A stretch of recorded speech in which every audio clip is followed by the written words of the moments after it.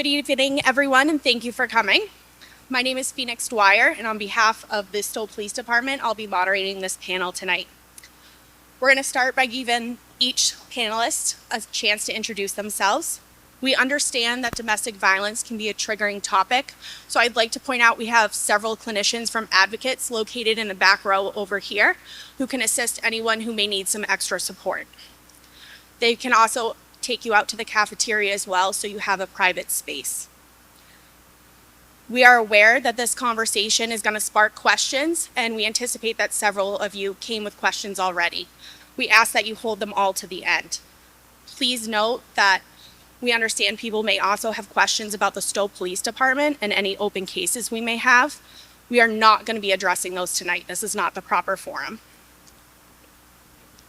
We're going to start with Chief Salisi and Lieutenant Barheit from the Stowe Police Department. Thank you very much, everybody. I really appreciate the support that we're seeing tonight. My name is Michael Salisi. I am the police chief here in Stowe, and it is an honor to be up on this panel with Jim and Nichole and talk about Gabby's story. It is a difficult conversation, but with all conversations that are difficult, we come out better on the other side. We learn, we make our jobs better, we make who we are better, and our community safer. And I'm looking forward to this discussion tonight and to give you my thoughts and opinions, as well as what we do here in Stowe, as how we also can improve ourselves as police officers. So thank you. Good evening, everybody. I'm Kelly Barheit. I serve as a lieutenant of the Stowe Police Department. I have dedicated my career to advocating and working with victims of domestic violence. I'm looking forward to tonight's discussion. It's very important that we have these hard discussions and the insights that are going to help us all improve the response to domestic violence. Thank you both. And now I'd like to introduce Nichole and Jim Schmidt from the Gabby Petito Foundation. Thank you both again for being here.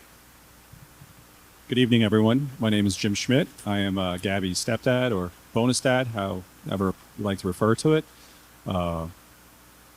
Prior to all this, I was a firefighter for 25 years in New York before we relocated to Florida a couple years ago.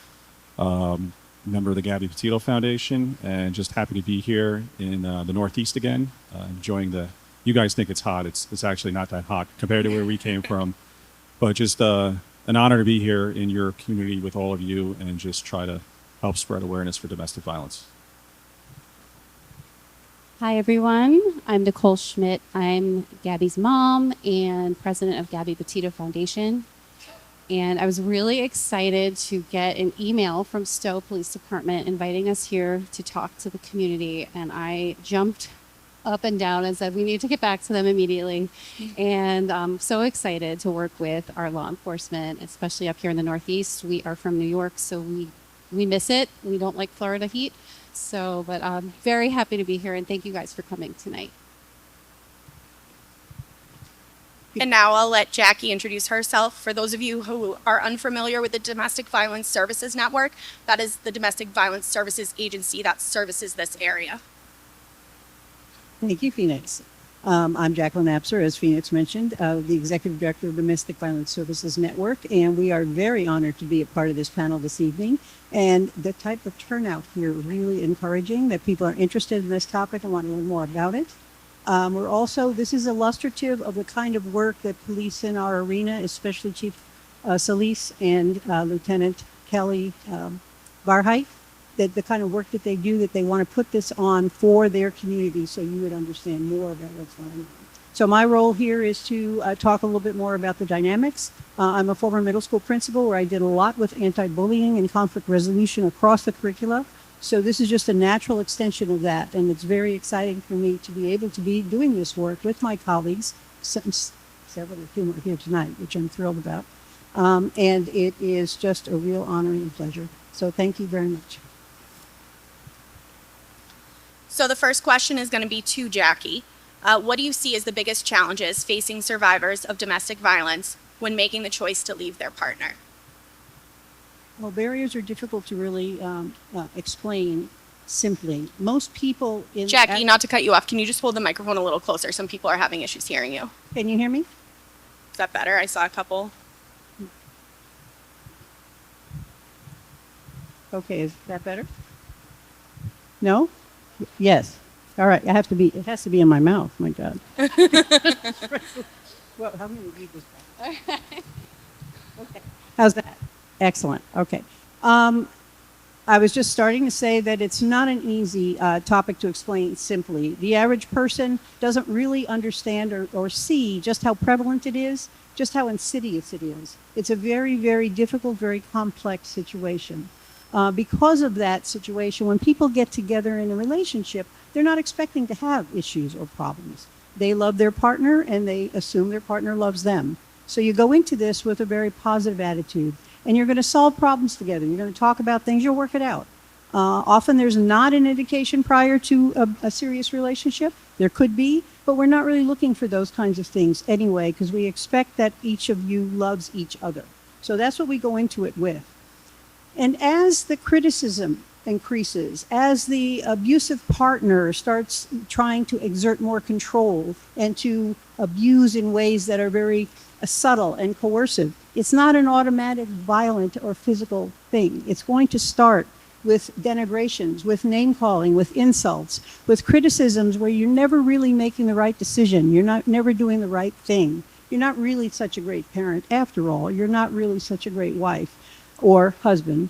And so it really, you start to think like, what can I do differently?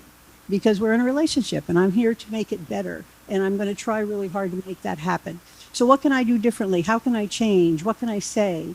And every time you make an effort, it's just not enough. It's never going to be enough, but you don't know that yet. And it's really, really problematic. And you might very well have an explosion of some sort, an angry outburst, maybe even a physical outburst or abuse of some sort at the violent level. But there's an apology that follows that. And then maybe there's flowers, or maybe you get taken someplace you really want to go, or to a nice dinner. So you start to question yourself. Okay, well, it wasn't that bad. I still have hope. I have the love. I have the hope. I have a sense that it's really going to get better if I just changed X, Y, and Z. And I think that's where it starts to become a trap for the victim in this situation, because they're always trying to make it better. They're always trying to figure out what it is they've done wrong. And they begin to internalize that sense of not doing things right. It's their fault, that they are responsible for it. They may question, they may even fight back in some ways, but they keep losing. And so it's like, there's something wrong with me and I'm responsible for it. That is a huge barrier. That's a barrier that lets all the other barriers become very, very entrapping. Then there's financial issues, certainly. So even if you're ready and thinking about whether you want to get out of a situation, often you don't have the finances to have a second home or a second way in which to have set up a household. You have children. You really believe that your children need to have two parents in the home. So that's better for them. And you're really not yet aware of the fact that the injury done to children who live with this kind of abuse and this kind of tension, watching it even, not even being experiencing themselves, but just being a part of it, is very damaging, and it has long-term implications for the children. In many cases, as our clients learn about that impact, that negative impact on their children, they may then feel like they can take the risk to change and to leave a relationship. You're very invested in your community. A lot of the clients we live work with are living in these communities where they're volunteers or they're professional people in some way, and they're very committed and connected, and they don't want to leave that. They don't want to leave their job. They don't want to leave their kids' schools. They don't want to leave the places in which they practice their faith. So there are just so many connections that help to keep you entrapped, and you're still always thinking that it's your fault that it's not working. And for that reason, you are just not ready yet to make the change or to take the risk. And the most important component of this, the biggest barrier of all, is when you start to change your mind or start to see the situation as it is, you're starting to get in more dangerous territory. Because as the abusive partner recognizes that you're now catching on in a way, or you're fighting back more often, or you're reaching out for help, you're in fact going to put yourself in a more dangerous situation, because that abusive partner is going to ramp up the abuse. and to keep you in control as much as they possibly can. And then on top of all of this, there's been subtle ways in which you're now isolated more and more from your support group. Gabby had a fabulous support group. She has 2 sets of parents that adore her. She had friends that reached out to her all the time and were checking on her. They had friends who were even questioning the relationship. She had a wonderful support group, but she was totally isolated by being out in the desert with this person, where he became her sole focus of whether she was worthy or not. So when she's telling the story to the police, she's really owning that it's her fault. And it's heartbreaking to watch that, because she now has really owned the fact that everything that's happening to her is her fault. And that just really keeps them trapped terribly much. So again, isolation, that self sense of it's my fault and responsibility, and you just don't believe anybody's going to believe you. So when you have the shame of not doing things right, you're doing something wrong all the time, it's very shaming, and you become an expert at how to hide that, so that people are not going to judge you, and they're not going to tell you that you're the one. You don't want to hear that you're the one. You're already hearing it all the time. So there's so many things that keep a person in that situation. No one lets it happen to them. It doesn't happen because you want it to. It's a very, very slow process. And once it starts and you start to believe that you own it and it's your fault, you're just not going to be easily able to make it break. It's going to take several efforts and several times. And often the relationship with a authority such as the police and how they respond to you is really vitally important. So. Thank you, Jackie. So the next question is going to be for the Schmidts. How do you think social media and the pressure to present having a picture-perfect life online affects a survivor's ability or decision to leave? How might the fear of judgment, shame, or losing that curated image keep someone from reaching out or being believed? How do you think technology is helping or hurting this process? And I know that was a mouthful, so you can peek behind you if you need a cheat. That was a lot. Nowadays, I feel like an old person, everything's out there. And Gabby found this thing that she wanted to do. And I think Brian grabbed hold of that. And I think that he said, perfect, we'll go on this road trip. You want to do this van thing. And she did look like they had the most perfect relationship. She looked happy. From the outside, we even thought she looked really happy. And it does affect it in a big way, because you're out there with this image and people want to be just like you. There's no way that this could be bad behind the scenes. You know, we look at these people, we look up to them, we want to be like them. And then it just all comes out in the open after the fact. And you see what really was going on behind the scenes. And Gabby's relationship with Brian hit every single domestic violence target that you see. The red flags were all there, and none of us were educated enough to see them. It was just insane how everything was in the light all of a sudden. And, you know, I think we hold a lot of guilt because of that. But when we look back, we couldn't have done anything differently. And we were proud of her and what she was doing, and she was so good at what she was doing. She was happy, and she really was happy. We just didn't know what was going on behind the scenes. I'm going to let Jim also answer part of that really long question. I also think that social media introduces a lot of other complexities now into relationships, because it's another tactic used by a perpetrator to abuse their victims. They use it to track them, they use it to shame them, to follow them, and it's just another tactic. And it almost like normalizes this behavior sometimes, where, oh, he just or she just really cares about me. They always want to know where I am. You know, they follow me on social media. And so with every tool that can be used for good out there, there's always people out there that kind of use it for bad. And so I think it adds a lot of complexity into it as well. Added to that, what people sometimes see on social media they think is the most picture perfect thing in the world, and they have to aspire to be that way. And so I think Gabby's relationship, how it unfolded, really showed a lot of young people out there that not all that glitters is gold. Not everything you see is what it is actually what you think it is. And so there's positives and minuses to social media in general. And so I think it really just kind of opened a lot of young people's eyes to a lot of these issues. Thank you. The next question is kind of a twofer for both the Schmidts and Jaki. In your experiences when looking back on a domestic violence relationship and Gabby's relationship with Brian, what are some of the biggest indicators of something being wrong that you think survivors and their families just struggle to see or don't see until after the fact? My favorite thing, and you can help me out with this one, was love bombing. Oh, yes. So in the very beginning of the relationship, and Gabby had known Brian from high school. They were friends already, kind of ran back into each other, sparked up this new relationship. And all of a sudden he was like buying her things and doting on her. And I could tell he was smitten and she was loving every minute of it. And we all thought it was just silly how he was falling for her. And I mean, looking back, it's not healthy to be that much of like a, just giving you 100% of their time. Like you have to be with me all the time and I'm going to buy you these expensive gifts. It's not normal to know somebody for a few weeks and buy them like a really expensive gift. It's really too quick and too intense. Yes. Yeah. Love bombing is definitely one of the things that you could pay attention to. And as a parent, you saw it, but you didn't necessarily see it as a red flag.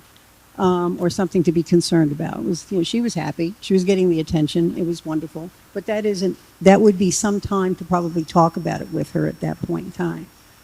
So love bombing, yes. But then they start the relationship.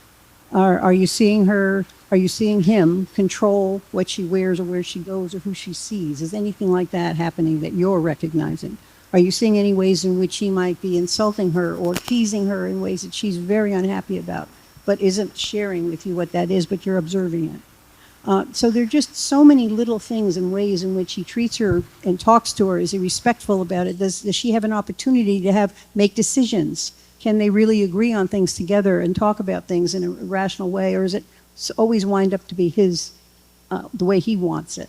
And that could be subtle too. It could be very much her just kind of giving up and looking like she's okay with it because she's finally worn out. Because this is the 29th argument about that. You've only seen it once, So having conversations along the way about how she feels about how things are going is a helpful kind of thing to do. But again, things look good from her point of view. And you mentioned social media and how positive everything looks on social media. You really aren't making the assessments that it may not be healthy. And then how do you actually have that conversation? Because she seems happy and you don't want to interfere in that particularly. And I think in her case, she wanted to travel around the country. She wanted to see the world. She wanted to do all these wonderful things. So it fed into the isolation piece of his being able to control her very, very well. I know she spoke to you often on the road, and she called you a fair amount of times, and sometimes crying. But she would always be able to tell you that, well, I probably should have done something a little differently. And it somehow was always her fault in that regard. So that would be a bit of a flag. But nevertheless, everything looked positive from what you understood to be happening. So it's very hard to make those judgments unless you are educated and learn about domestic violence dynamics and the ways in which people are controlling and are being controlled. Yeah, I mean, if I had known or been taught the cycle, even as a parent, maybe if the schools had like workshops, and I could have known like the cycle because it went from love bombing to isolation almost immediately. Took her to Florida. But he got to know what her dream was, and her dream was to travel. And he knew she didn't want to stay in the little hometown. She wanted to get out of the town and move and go see the world. So I think he was able to figure that out and use that to isolate her. But she made friends down in Florida, right? And then, oh, we don't like that either. So you wanted to go on a road trip. We're going to make that happen really fast. And then the other thing that I like to say is with Gabby specifically, and I don't know if people really pay attention to their loved one, their behavior. She changed a lot, very, very subtly. Her moods became talking to her on the phone or FaceTimes, she had like kind of a roller coaster mood swings going on. She would be more angry more often, but didn't know why. very aggressive, and it wasn't like her. So her personality was like almost changing, but you don't really think of it as domestic violence related because that's not, because you think, oh, this is just a happy couple. They might argue once in a while like normal couples do, right? But like I never ever was afraid of any kind of violence in that situation. But yeah, so I like to talk about that. That's absolutely the case. Especially if she were near you, you might see her when he calls. You may see various ways in her body language would give off those pieces of information. So I'll let Jim go forward. I think looking back on the red flags, they were all there, but when you look at each one individually on the surface, they seem kind of benign. But what each red flag does, it's starting to build out that pattern and where it's going. And so, wow, he's buying her all these crazy gifts. That wasn't like, okay, well, maybe he really likes her. Let's move to Florida. Okay, then we move to Florida, and then we go down there. And then she gets a job down there, and she gets friends. And he doesn't like those friends, so don't work at that job anymore. Come work over by me in the same store that I work in. And so she did. You make more money, right? You're making more money over here. Oh, we don't need 2 cars. Why have that payment? Get rid of your car because we both work at the same place. And this all goes on over the course of time. If it was to happen in like a short period, you'd be like, wow, this is weird. But it was spread out. And then looking back on it, we're like, wow, it was all there. It was all there. Well, get away from those friends because they're starting to say stuff. And then, taking away from them and traveling. So I think that's the biggest thing is those red flags, to know that, yeah, they may not be serious, but that is coercive control. It's power and control. And not every domestic violence relationship might have violence. It's not going to start with violence usually, but every single one of them starts with those coercive control tactics to start to gain and maintain power and control. And that's what it's all about. And if we can identify them early on, hopefully we can prevent future domestic violence homicides or from those relationships becoming violent and getting into a bad situation. So don't ignore the red flags. If you're questioning it, I don't have hair on top of my head anymore with 4 kids, but I still have some that grows on my neck. So if your hair on the back of your neck is starting to stand up a little bit when they say something to you, go with your gut instinct on it, with your parent intuition. It's probably right. Thank you. Chief and Lieutenant, don't worry, we didn't forget about you. How does fear of police presence in a close-knit or small community, such as Stowe, impact a survivor's decision to seek help? What role does this stigma or everyone knowing their business play? And how can law enforcement and advocates navigate this dynamic better? Chief, we'll start with you. Thank you very much. First, I want to say thank you, everybody, for being here. One of the words that Nichole and Jaki, you guys used, was educate. And just seeing everybody out here, I just want to take a moment, thank you guys, just to thank everybody again to educate themselves. I really appreciate you learning something. You're going to learn something tonight, and hopefully it'll help somebody in the future. With that being said, Stowe is a very close community. We see our neighbors, we see them at events, we see them here, we see them at the store. But we don't see them behind closed doors. And that's where a lot of, for us in our community here, a lot of the violence could happen, is behind closed doors. And we see people, as Jim says, it's small little building blocks, these little red flags that happen over time. But for us at the police level, it's when these blocks are pushed over and we're finally seeing the outburst, which Jaki described earlier. But we need our community to be better. It's okay to call the Stowe Police. It's okay to call us. I've experienced where people, when we look into a crime and they say, oh, yeah, I knew that, or I expected that to happen. And witnesses will say that. Well, why didn't we speak up first? Why didn't we speak up before whatever happened? And we need to be able to have further conversation and be here together and make it easy for everybody to have those difficult conversations and to come to the police and talk about things. So social stigma, right? That's one of the biggest challenges that we deal with. attitudes and biases around what is domestic violence and who is going to believe them. You see it on movies and TV. You know, domestic violence is such a violent act right in the beginning, and that is so untrue. It takes a significant amount of time of that coercion. And so when somebody is in that volatile relationship, they don't want anyone to know what's going on because they are embarrassed. They don't want to believe that they are a victim. They don't want to have their friends believe, like, how could this happen to you? They blame themselves. There's a huge self-blame in these victims of domestic violence because they think to themselves, how did I not know? How did I let this happen to me, right? So that social stigma is a very big challenge for victims who are trying to survive. They are in survival mode when they are living in these relationships. So we call it the power and control wheel, right? There's a wheel. How do we stop a wheel? How do we break a wheel? Usually it's an outside cog or an outside chip or an outside influence, right? That's why we say community, you have to be educated in this so you might become that outside avenue to a victim. And if you see it, report it, because that could get us involved to kind of figure out what's going on to these people who do want to keep it a private matter in their home. So, yeah. Thank you. So this is a question for everyone, but we're going to start with the Schmidts and kind of work our way down and end with the chief and lieutenant. So what do you see as some of the biggest issues that need to be addressed in domestic violence laws? I thought they were starting. That's what I heard. There's a lot of inconsistency across the country with domestic violence laws and how it's treated.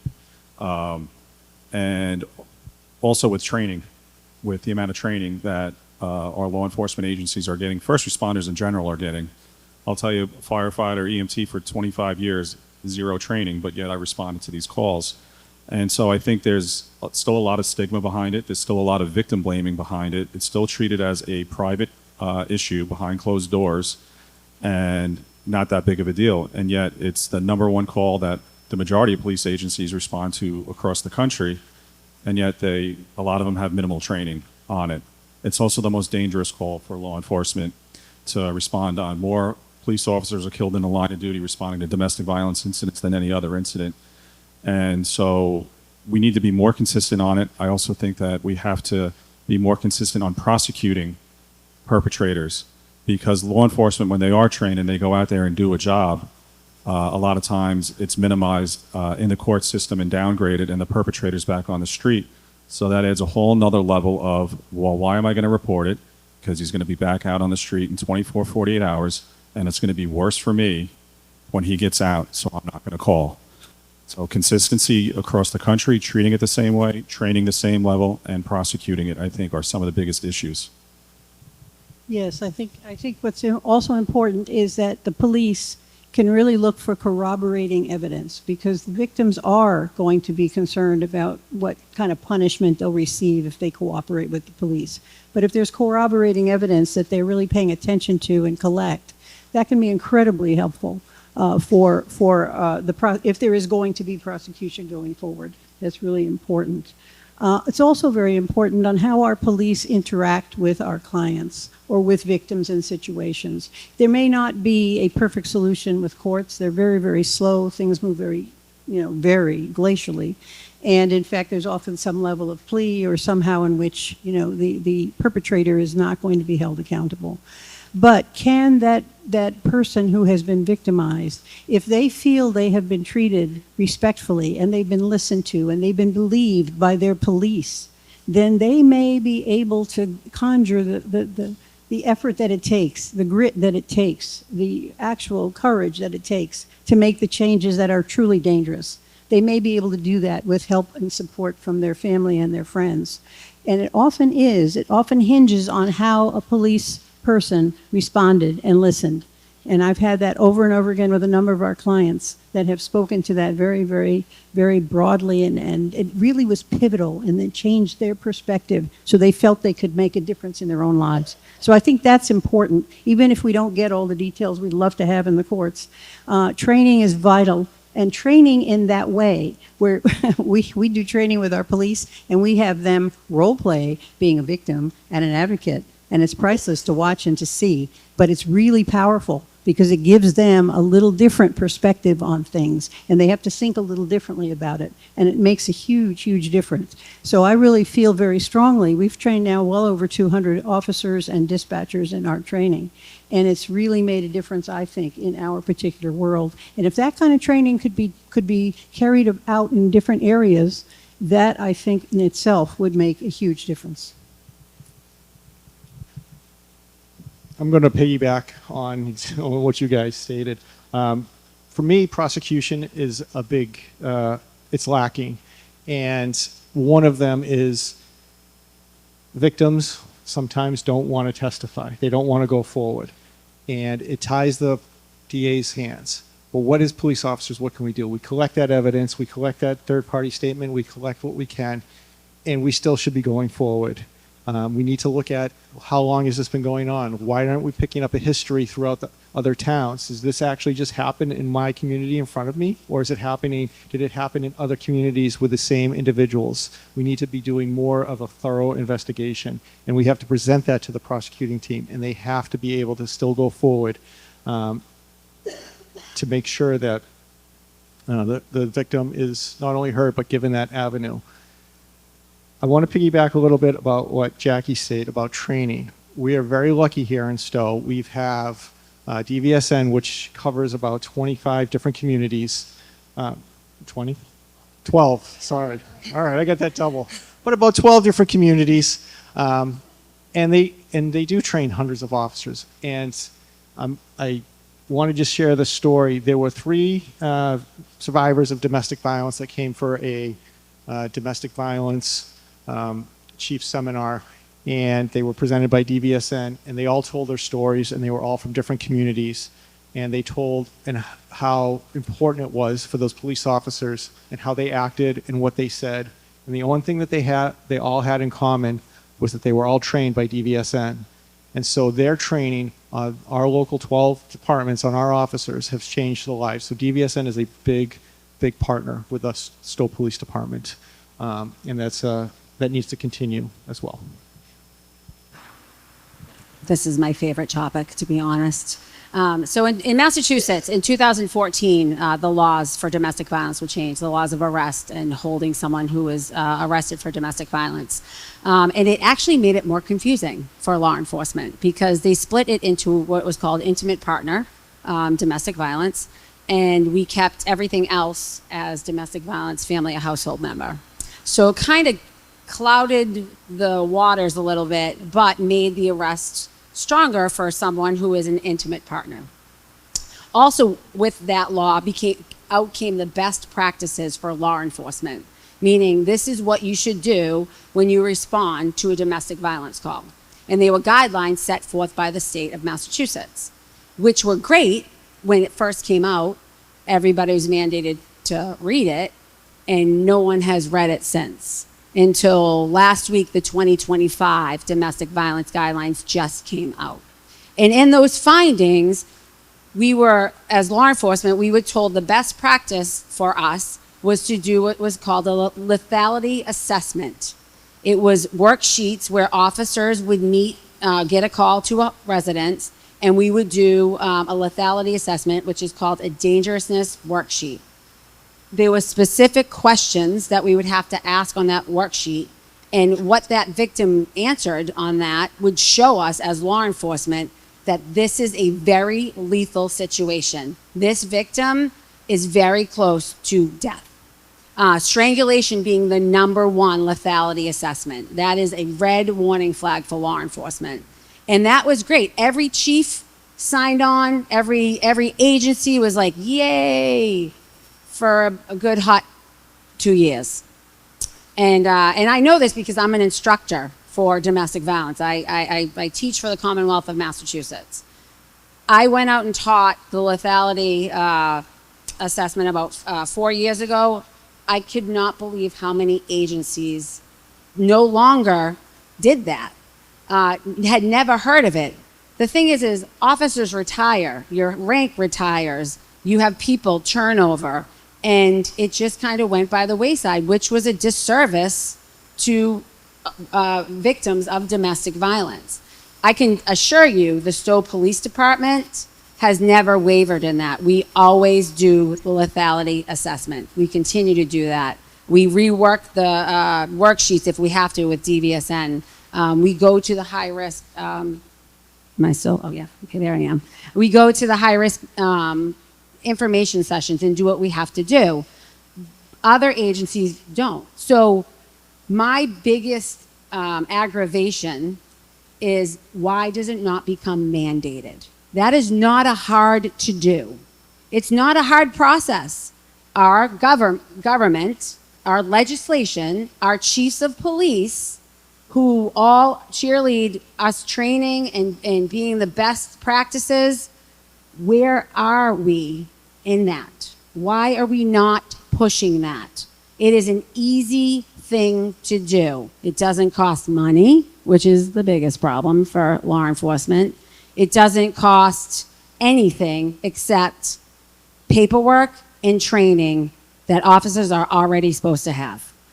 So that's my 2 cents on that. I'm very passionate about that subject. So we're going to lead in to watch the 911 call that came in about Gabby and Brian, and then we're going to go into clips of the body cam footage with the police, Gabby and Brian. I'm going to warn you, some of these clips may be difficult for people, so I just want to remind everyone, sorry, I'm going to single you guys out again. We have our clinicians in the back should anyone need them.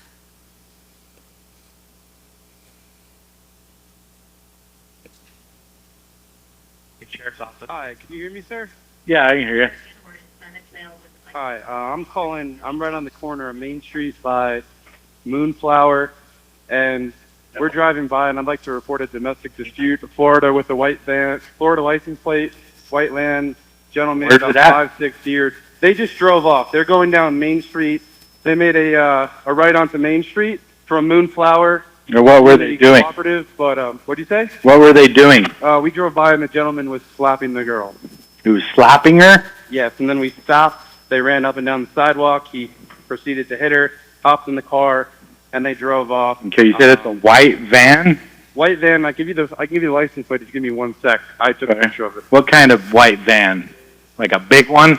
It was a smaller van with the license plate of, it was white, Florida license plate QFC G03. It was, the make was a Ford, model was Transit, black ladder on the passenger side. Black ladder, passenger side. White Ford Transit. White Ford Transit. Okay, what's your name? And where did they, so they turned, they headed south on Main Street from Moonflower Market? Correct. They made the right turn. Also, they went north. North. Yeah, sorry, I'm not from around here. Okay, so you're right there by the post office? Right across the street, yep. Okay, and when they turned onto Main Street, they went right or left? Right. Right, so they went north. North on Main. All right, I will let somebody know. Thank you. Yeah, no worries. Bye. Thanks.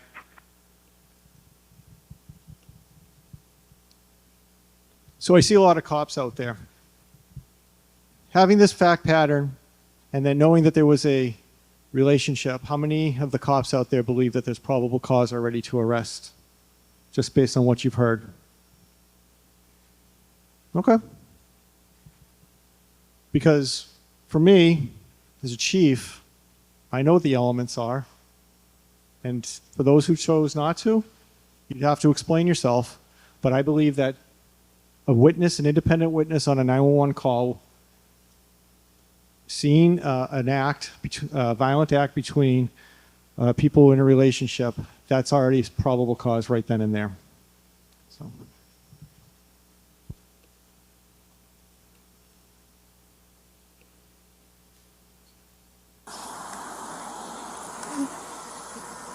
SO229. I had the female that was in the passenger seat separated from the male. Keys are on the hood. You want to tell me what's going on? Yeah, I don't know. It just sometimes I have OCD and sometimes I can get really frustrated. Not like mean towards him. I just like, I mean, I guess my vibe is like I remember being like in a bad mood. And I was just saying, I'm sorry if I'm in a bad mood. I've just been really stressed. I had so much work I was doing on my computer this morning. What do you do for a living? Well, I hate organic juice bar, but I just quit my job.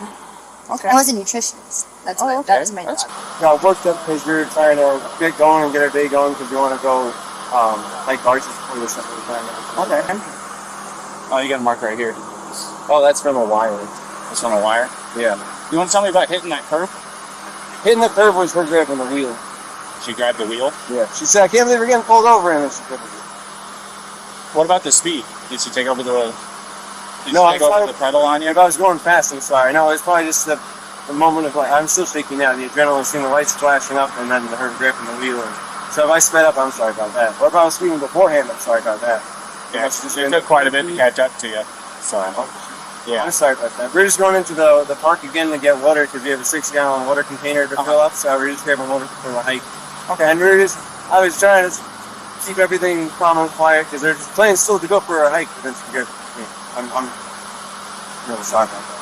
Of course. Do me a favor. You want to go ahead and just take a seat right over here on the curb for me? And if I was speeding, I'm sorry. I apologize. You don't have anything in my pocket or anything like that, do you?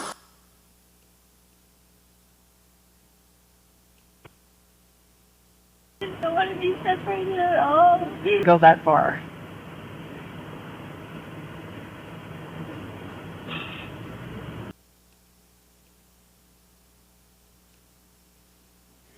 Why the domestic assault code is there. It's there to protect people, especially the reason why they don't give us discretion on these things is because too many times women who are at risk want to go back to their abuser. They just wanted him to stop and they don't want to have to be separated. They don't want him charged. They don't want him to go to jail. And then they end up getting worse and worse treatment and then they end up getting killed.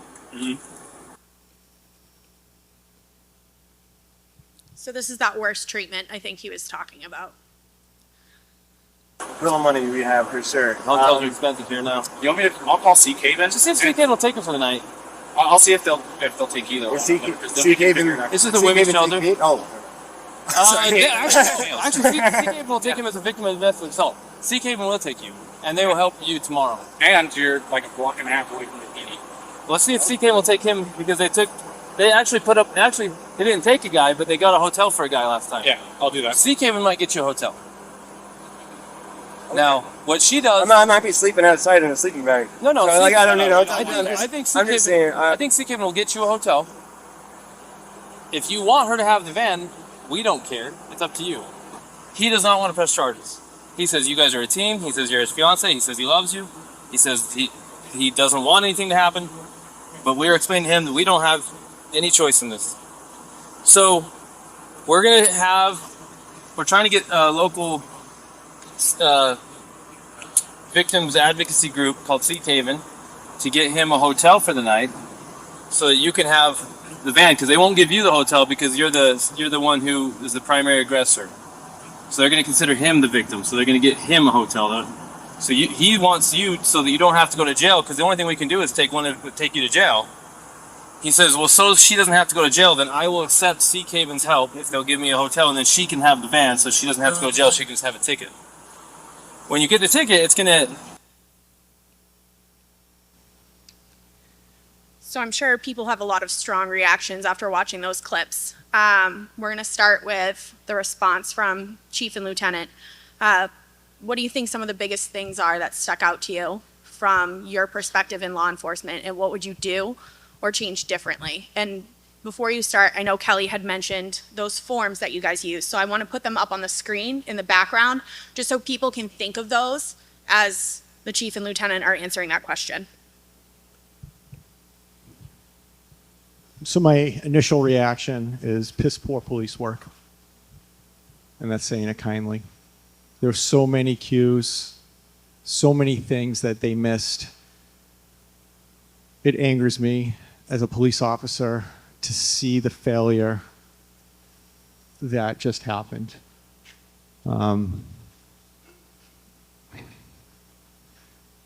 Kelly can speak more passionately right now for me.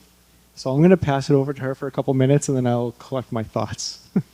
I can write a doctorate thesis just on this video alone. Obviously, He never even asked her. He never, ever asked her the one question. Were you assaulted today? Has there been any assaults in the past? Do you feel safe? He didn't even ask the basic questions. And I think what infuriates me the most is he is talking to another officer there, and he talks himself basically out of arrest. He says, they do not give us discretion. We are supposed to arrest because they go back to each other. He says it on camera and arrest no one. I would have been okay if he arrested her or him, to be honest, because I know as a police officer what an outcome would have been. And the outcome most likely would have been her calling her mom, and then there would be an intervention on that end. I would have been okay with that if he arrested her. Would it have been right? No. And then they talk about the primary aggressor. And what you're going to see in a second is they were talking about his injuries. She had injuries. She had significant injuries that me immediately looking at that would have said, that is a significant injury. I don't care what he says. He's going to jail. That's it. Done. So he didn't listen at all to what he was saying. He said he pushed her. That is an assault. Everybody understand that she was on her cell phone, whether she was recording him or whatever she was doing, he admits to the law enforcement officer, well, I pushed her. I didn't mean to push her, but I was upset. Arrest. What are we doing? That's it. Arrest. So they failed her completely. And I don't like to Monday morning quarterback because I don't know what type of training they have. But I will say this. They might not have training, but do you have empathy? Why do you get into this job in the first place? It is to help people. They helped nobody that day. And they let somebody out that should not have been let out. So. You're watching, whether you have training or not, you're watching someone in crisis. You can see what she's going through. And then she wants to call her mom. It is unbelievable just to watch what happened and how it transpired. And I agree with the lieutenant, to have them talk themselves out of making a mandatory arrest and then turning around and not asking any questions is infuriating. And I agree with the lieutenant. We don't know their training, and there's, but in this case, there were so many failures across the board that I could confidently say that that was a failure. That police officer did not do his job, and I'll continue to say that. If I hear calm down, if I heard calm down one more time to her, I was going to fly to Utah myself at this point. We didn't even see some of the other body cam footage, but if you watch the movie, it was appalling just to see what he was saying. Like, absolutely, that is not part of any training. That is not how we treat people here. It's not how Massachusetts does things. That's not how we do things in Stowe.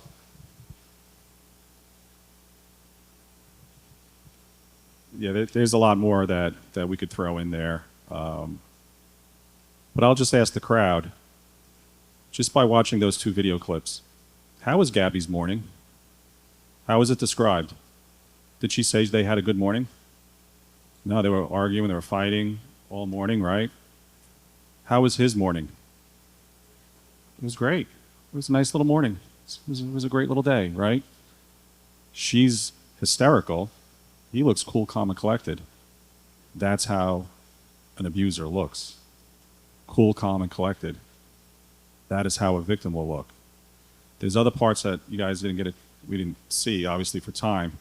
But the Training Institute on Strangulation Prevention was asked to do an article. They did an 11-page article on this stop. And I just want to preface all this that when the rest of the world saw this in 2021 was the same time that we saw that as a family. And that was the first time we realized at that moment how serious that incident was, because that's not what we were told by Gabby. But they did an 11-page article on it. And if you watch the full body cam footage, there's one point where she says, he grabbed my face, like he grabbed here.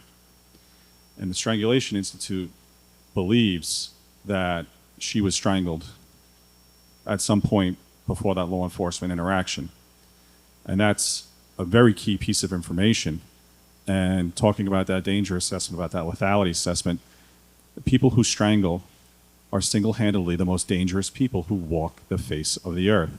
They're not just a danger to their victims, they're a danger to law enforcement. We spoke a little bit earlier about how domestic violence calls are severely dangerous for law enforcement. The large majority of those perpetrators with a DV history that kill law enforcement in the line of duty have a history of strangulation. It's not a matter of if, it's when they're going to kill their victim. And that was a key opportunity to ask a few more questions about that lethality. If they would have dug a little deeper into that and find out that she was strangled, they will tell you just how serious of a situation that she was in. And so every time we watch this, we pick out, a lot more things out of it. And a lot of law enforcement across this country have watched it. They've picked out certain things with body language. It was an opportunity at a moment that could have made a difference in a lot of people's lives, and it wasn't done. And we encourage all of you, all law enforcement in the room, advocates, whoever, take these video clips, use them, train with them. You're not they say that today we're making the determination. Today, Gabby is the primary aggressor. Today she is. So you're indicating that there's probably something going on long before this, but we're not asking questions on it. That's not how it works. And I'm not a cop, but a predominant aggressor, you're not a bully in the schoolyard 6 days a week, and on the 7th day when your victim fights back, you're the victim now. That's not how it works. It doesn't go back and forth. If they would have dug a little deeper on that, maybe they would have found out that this has been an ongoing escalating situation. So please use that video. Use it to train your officers. And I think that goes into the next question, and I can see you ready to answer, Nichole, so we'll start with you. A lot of people watched this documentary, saw these clips, including some that weren't shown, where an officer said, "Why don't you just take a cold shower? That helps my wife calm down."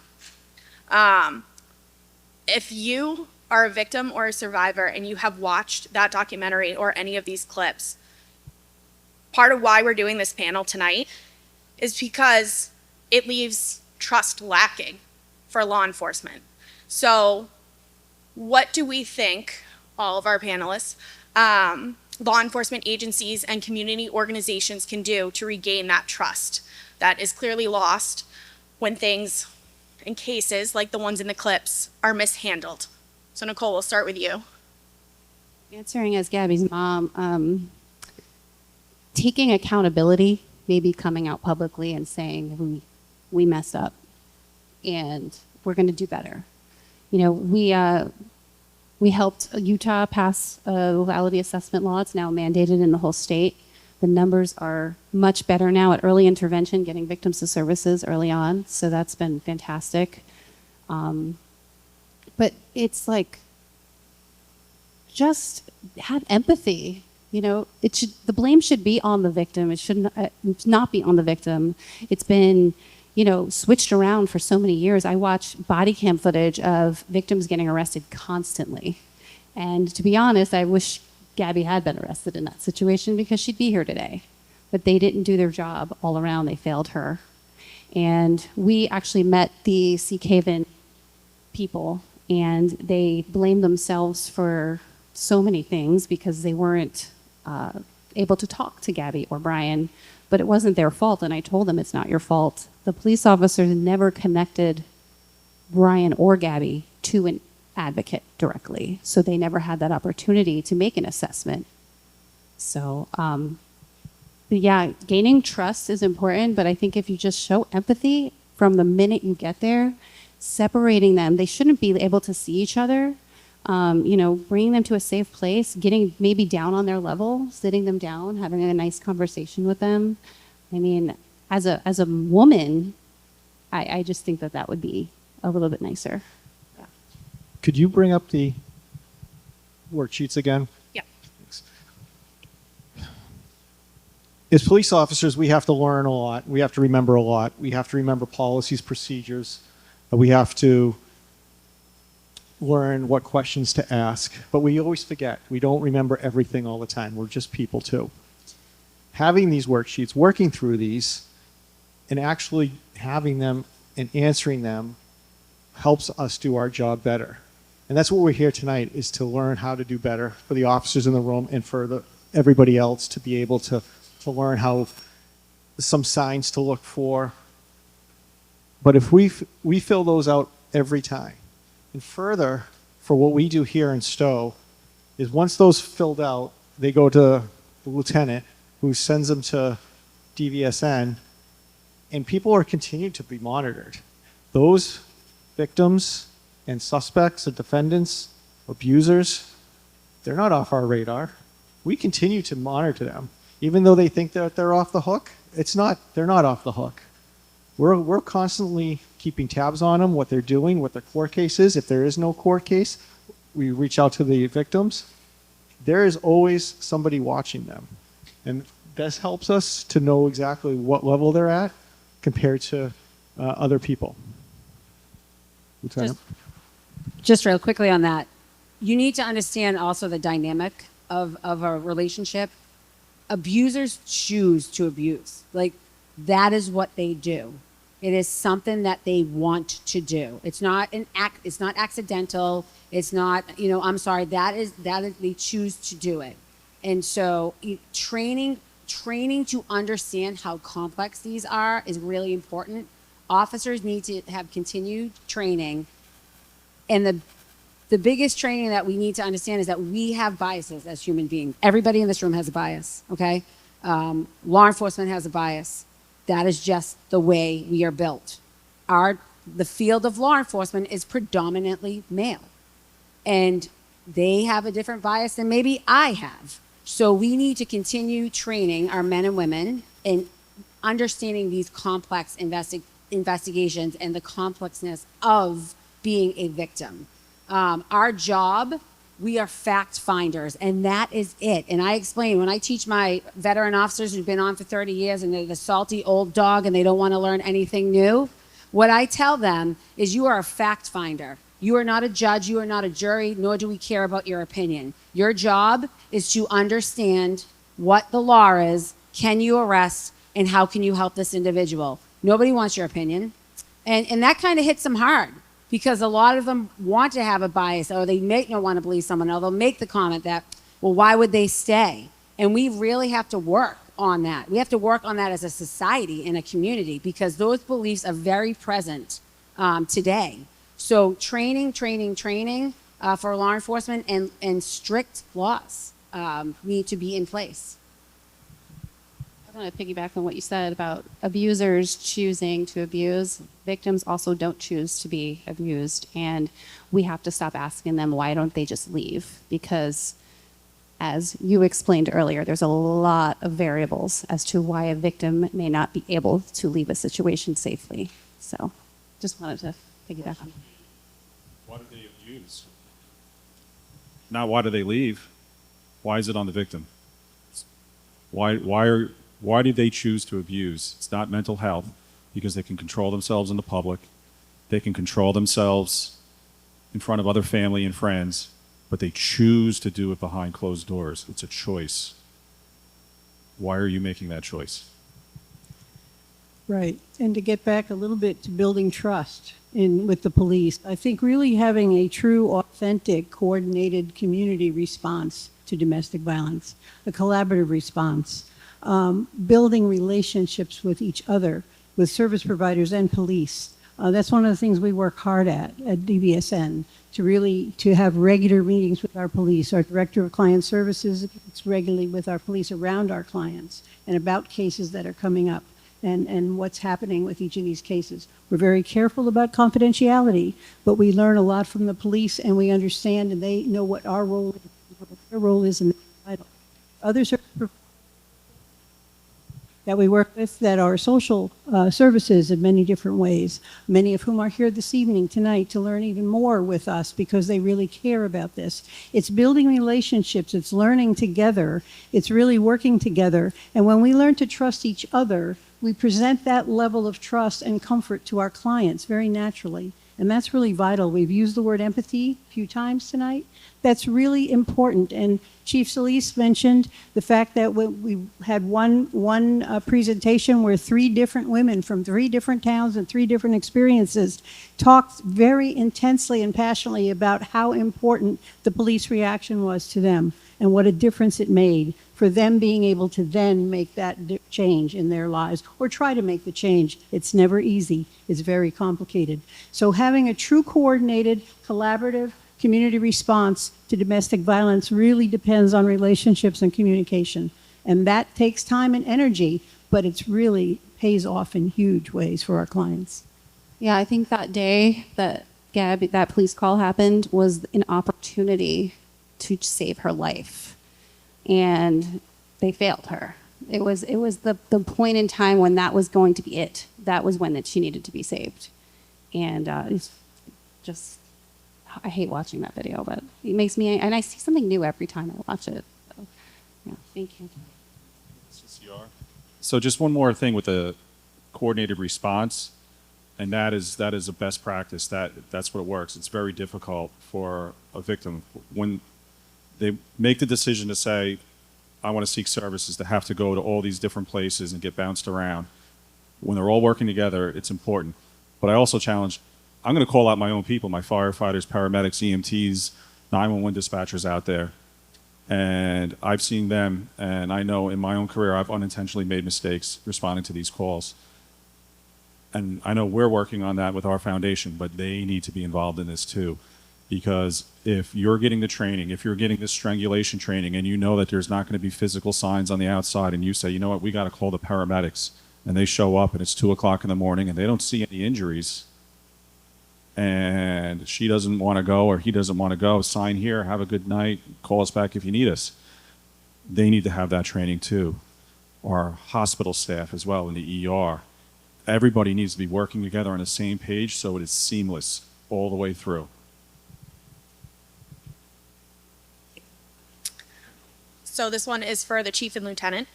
As the culture in law enforcement shifts and a focus on mental health and victim services occurs, how do you think a more victim-centered approach for domestic violence survivors can occur?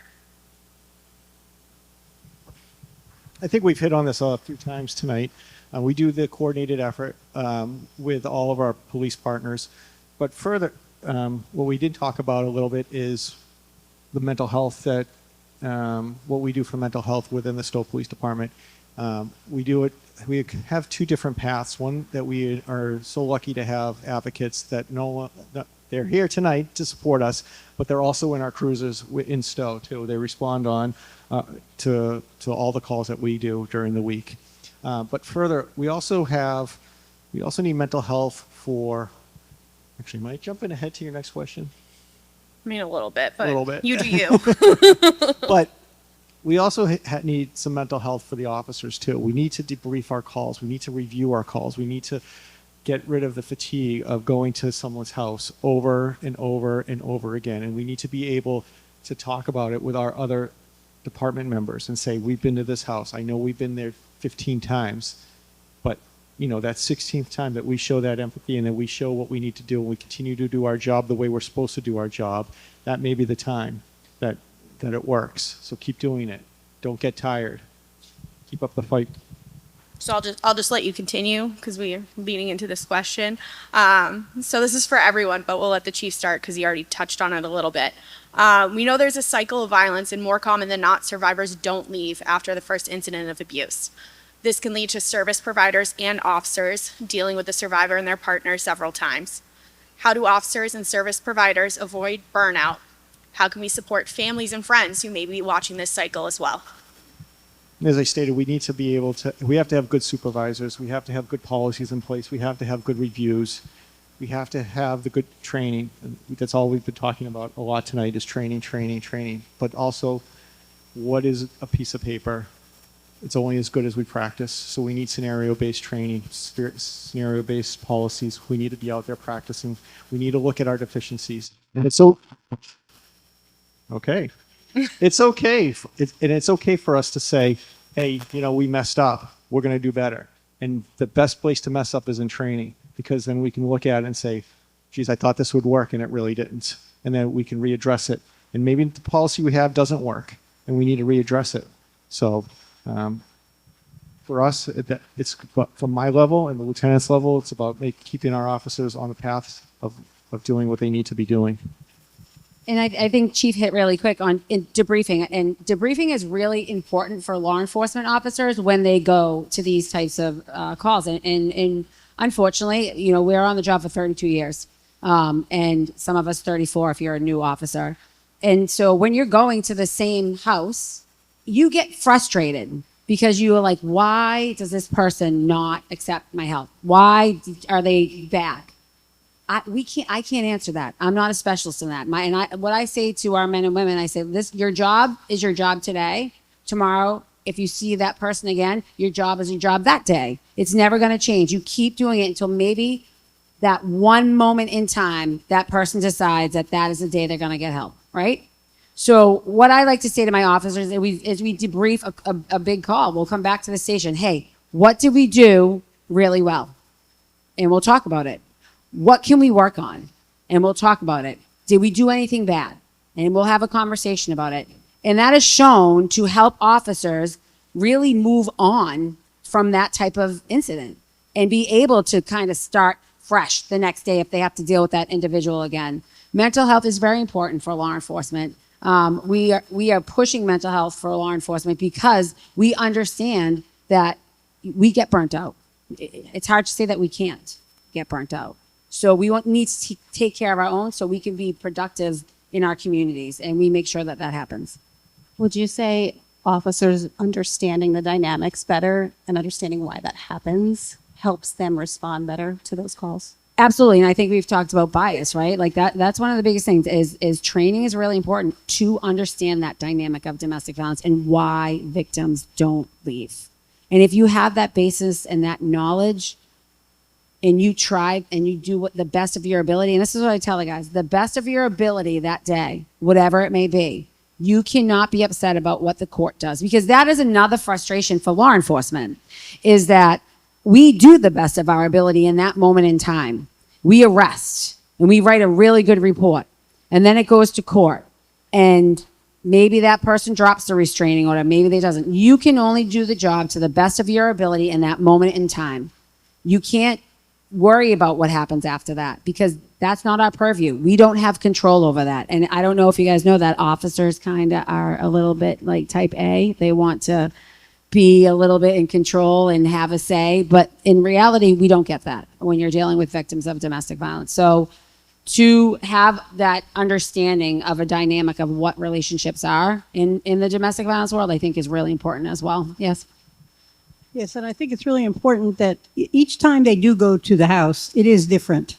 It feels the same, and the outcome feels like it's the same, but it is different. And what we tell our police, and we try to tell our advocates who really understand it better in many ways, that it's the client who's trying to test the system every time, that they're building a level of trust, that it may be the 15th time that police officer or a different police officers come to their home, but it may be the 16th time that they're going to start to think about doing something different.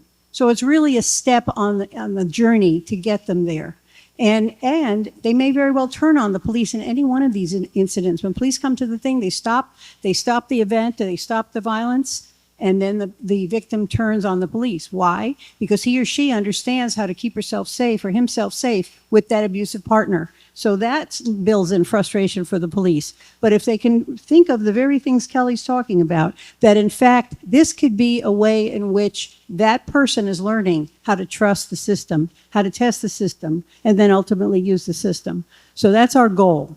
And it could be 2 times, it could be 10 times, it could be 15 times. But it is helpful for that person to see that the police are coming and treating them with respect every time. That makes a huge difference. So we're going to open it up now to any questions you all may have. Chief Salisi is going to bring a microphone over to that lovely microphone stand over there. So we just ask that if you do have a question, you just line up behind the microphone stand, and whoever you are addressing your question to, whether it be Chief and Lieutenant, the Schmidts, Jaki, we just ask that you note who you are addressing. I was going to say, don't be shy, but they're running. Hi, I'm Maya. And I kind of, sorry, but it's not a question for just one person. I was just kind of all of you guys, I guess. I was thinking about how frustrating this is for me, because while I think this is a super important conversation to have, especially with women, because we understand that most people who are perpetrators of domestic violence are men. Look in this room. Raise your hand if you're a man. Thank you for coming. Look at, right? Thank you for coming. And it's like, I'm 19 years old, and so I'm close to her age. And even though this can happen, especially in college, I'm a college student, so this is something I have to learn about. But why am I here learning about reactive measures that I can do to stay safe? But why are men and teen boys not here learning to not be perpetrators? I see this all the time. It's always like, well, there's the victim blaming first one. Why did she go out in the van with him? But why is he an abuser? How was he able to get by so many people, his parents, everybody in school, teachers? And we always see signs of perpetrators doing things like this, right? Like with school shooters, where we're like, this person is a loner, or this person has done this and this. And we see this same in domestic violence perpetrators. So why are we not targeting different talks just like this only to men and teen boys? Because why am I here having to learn about this, learning to protect myself, when I shouldn't have to look over my shoulder and act like every man ever is going to be a perpetrator to me? So yeah, that's my question. Yes, you bring up, that's amazing. There are some organizations out there. One of them's a Call to Men, Tony Porter, and they're doing just that. And you're absolutely right, because one of the things that I've started saying is, why do I have to teach you or my other daughters about red flags? Mm-hmm. There shouldn't be any red flags to ever look for, right? Exactly. We should have respectful relationships. We should teach boundaries.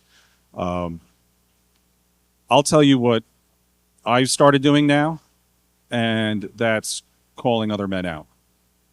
And I'm not going to embarrass my daughter because she's sitting in the front row, and it involves her, but it happened on a recent vacation where somebody made a very disgusting, drunken comment to her, an adult male. And at that moment, I was like, oh, heck no. Like, there's no way this person is going to say this to my daughter and get away with it. And I'm probably going to get beat up one of these days for it, but it's going to be well worth it. But what really bothered me about that moment was, yes, he made this disgusting, lewd comment to an obviously underage girl, but his two friends were standing with him, and they shot him a look. And they knew he was wrong, but neither one of them corrected him in that moment. So I did, and I made him apologize for it. And I've done that since, when I start calling it out, because I am tired of seeing online when a story goes out about domestic violence or domestic abuse or whatever it may be, and I see the comments and I see men, oh, not all men are abusers, not all this or not all that, you know, some of us are good guys. Well, stop posting it online and show it with your actions. Start raising men to be men. Mm-hmm. Start with your kids when they're younger. Start teaching your young boys healthy relationships and stopping them when they're wrong. And start. So I usually, when I come out to these things, I usually do just that. If you're a man, raise your hand. So I'm calling on you in this room to do just that. Hold each other accountable. I worked in a very male-dominated field for a very long time in a firehouse. You want to sit around a firehouse kitchen table and hear the conversations? Not acceptable. Until it was aimed at one of their wives or their daughters, and then suddenly, oh, that's off limits. So you're understanding and you're realizing that these conversations are inappropriate, that these actions aren't appropriate, and yet you sit here and allow them to happen until it affects you. Well, any one of them could be your daughter out there, your mother, your sister, your wife. So treat everybody with respect. And so I know for me personally, that's something I'm doing more. So you don't have to look out for those red flags. Thank you.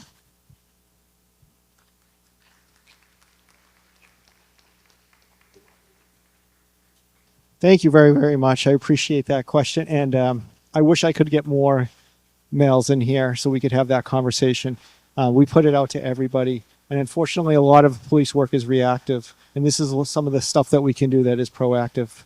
And I would love to have those conversations in schools, in churches, wherever we can go. We've gone to other community events.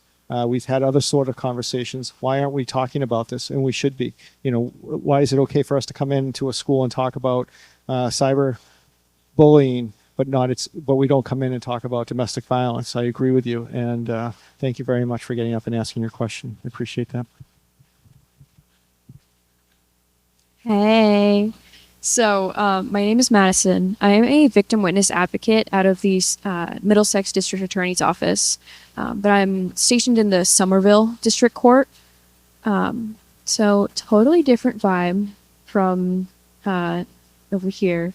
But I had just graduated college in May, so not to brag, but I started 2 days later.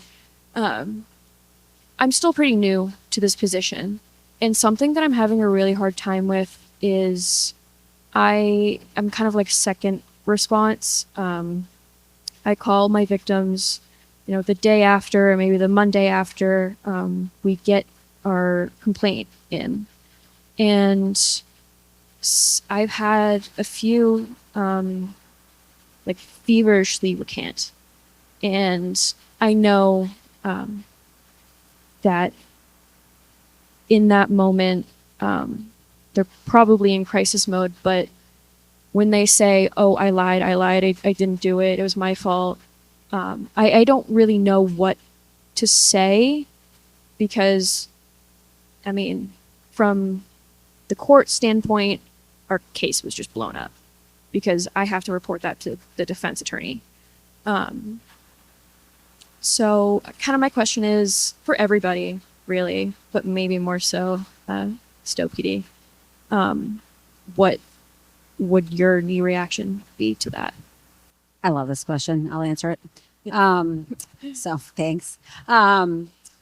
First and foremost, victims recant all the time, and it is frustrating, right? Because your job is to help. I always say to them, I'm so sorry that this happened to you. I'm not in your shoes. I don't know where you're at, but if you are ever in need, this is where you need to go. And I will give them resources because you cannot force somebody if they're not willing at that moment to get help. And it might be not just because they're recanting because they don't want anything to happen, but they might be this is what you have to understand. They might recant because that is a life-saving measure for them. They might be in such, okay, the bombshell happened, right? The abuse happened and now someone's gotten arrested, but they have no income. They're home with children. How are bills going to get paid? How are my children going to get fed? I have nobody to help me. I have nowhere to go. I am in life-saving mode right now. So they have to recant for their safety. And that's where we talk about the dynamic, and that is where training comes into play, especially for an advocate, to learn that and not get upset about it. And yes, you're going to have to report it to the defense attorney, but I guarantee you're probably going to see them eventually again, or they're going to get the assistance that they need to get out of that relationship. Hopefully, right? Hopefully, that's what our hope is. So just remember that in the back of your head, that recant comes with probably they're trying to save their life and they're trying to stay safe and they're trying to figure it out. Everybody here who works in the field of law enforcement knows it takes about 7 times of a victim actually leaving to leave for good. So you're going to have that happen. You're going to have it happen more often than not. And it's a frustrating thing, but you can only do the job you can do that day. You have to remember that. Everything else, you have no control over. Okay? One of my arrests that I had one time, a gentleman called us and said that he wanted his girlfriend, the mother of his child. They were in a fight and he needed the police up there. We went up there and he was holding the child. And he was explaining like they were fighting and there was some violence, and he was really just describing that it was all coming from her. So I went in and I asked her and I said, so, can you tell me what happened? And she told me they were arguing. And I said, well, did he hit you? And she goes, well, not really. Well, Okay, well, that's a clue, for those of you aspiring detectives. And we look, so I said, what do you mean not really? Well, he pushed me against the wall. Okay. He was violent. I've dealt with him plenty of times before. So he comes in and he's trying to control the situation, trying to get in between me and her and find out. And he's using the child as a barrier. Well, it was interesting because at that point he was going to jail and I knew he was going to jail. So I was able to take the child from him and put him in handcuffs. But what is he doing? You're doing this to me. He's blaming her. You're doing this to me. And no, I'm doing this to you. Look at me. Hate me right now. I'm doing this to you. Well, I called the police. Yeah, and you're the one going to jail. It's amazing. So, but you got to fight the fight for those individuals that need it. And she wasn't going to stand up, but I was going to stand up to him. So, in that case where that person's like, I need to recant, we don't know why. But we just got to keep on doing what we're supposed to be doing, and don't deviate, and don't get lax in your job.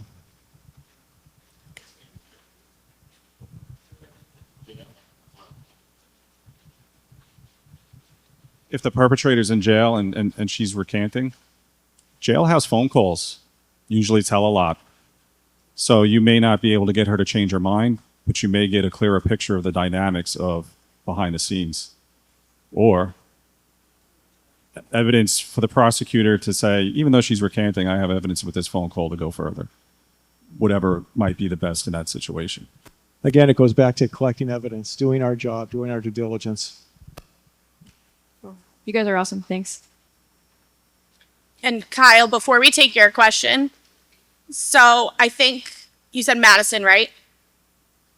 Okay. So I think as someone who worked in the courts, and I tried really hard not to insert my opinion, and I'm sorry for overstepping, you need to remember how you handle that person recanting is going to handle how they speak to you going forward.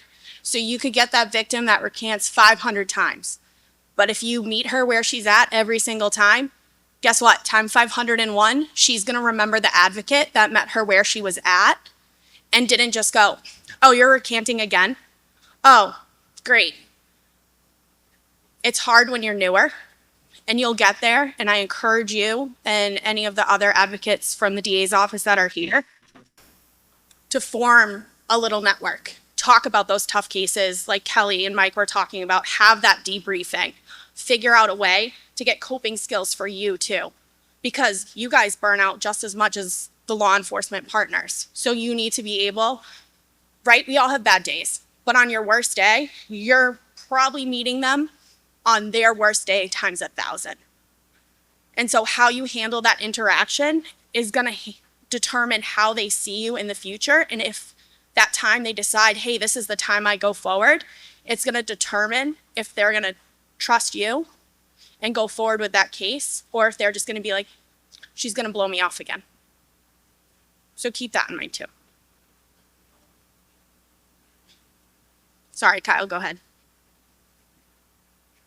My name's Kyle Grady. I first just want to say thank you, Phoenix and the chief. They've been here for the last 2 weeks doing sound checks and prepping everything for this event to happen. And I think the turnout speaks to the importance of this event. But to the Schmidt family, I find you very inspirational. I'm horribly disappointed and sad that this happened, but I find such great motivation in what you're doing and sending this message out. I'm glad to have my own 2 boys in the audience to hear your message, and my daughter as well. And something that Maya said, really resonated with me.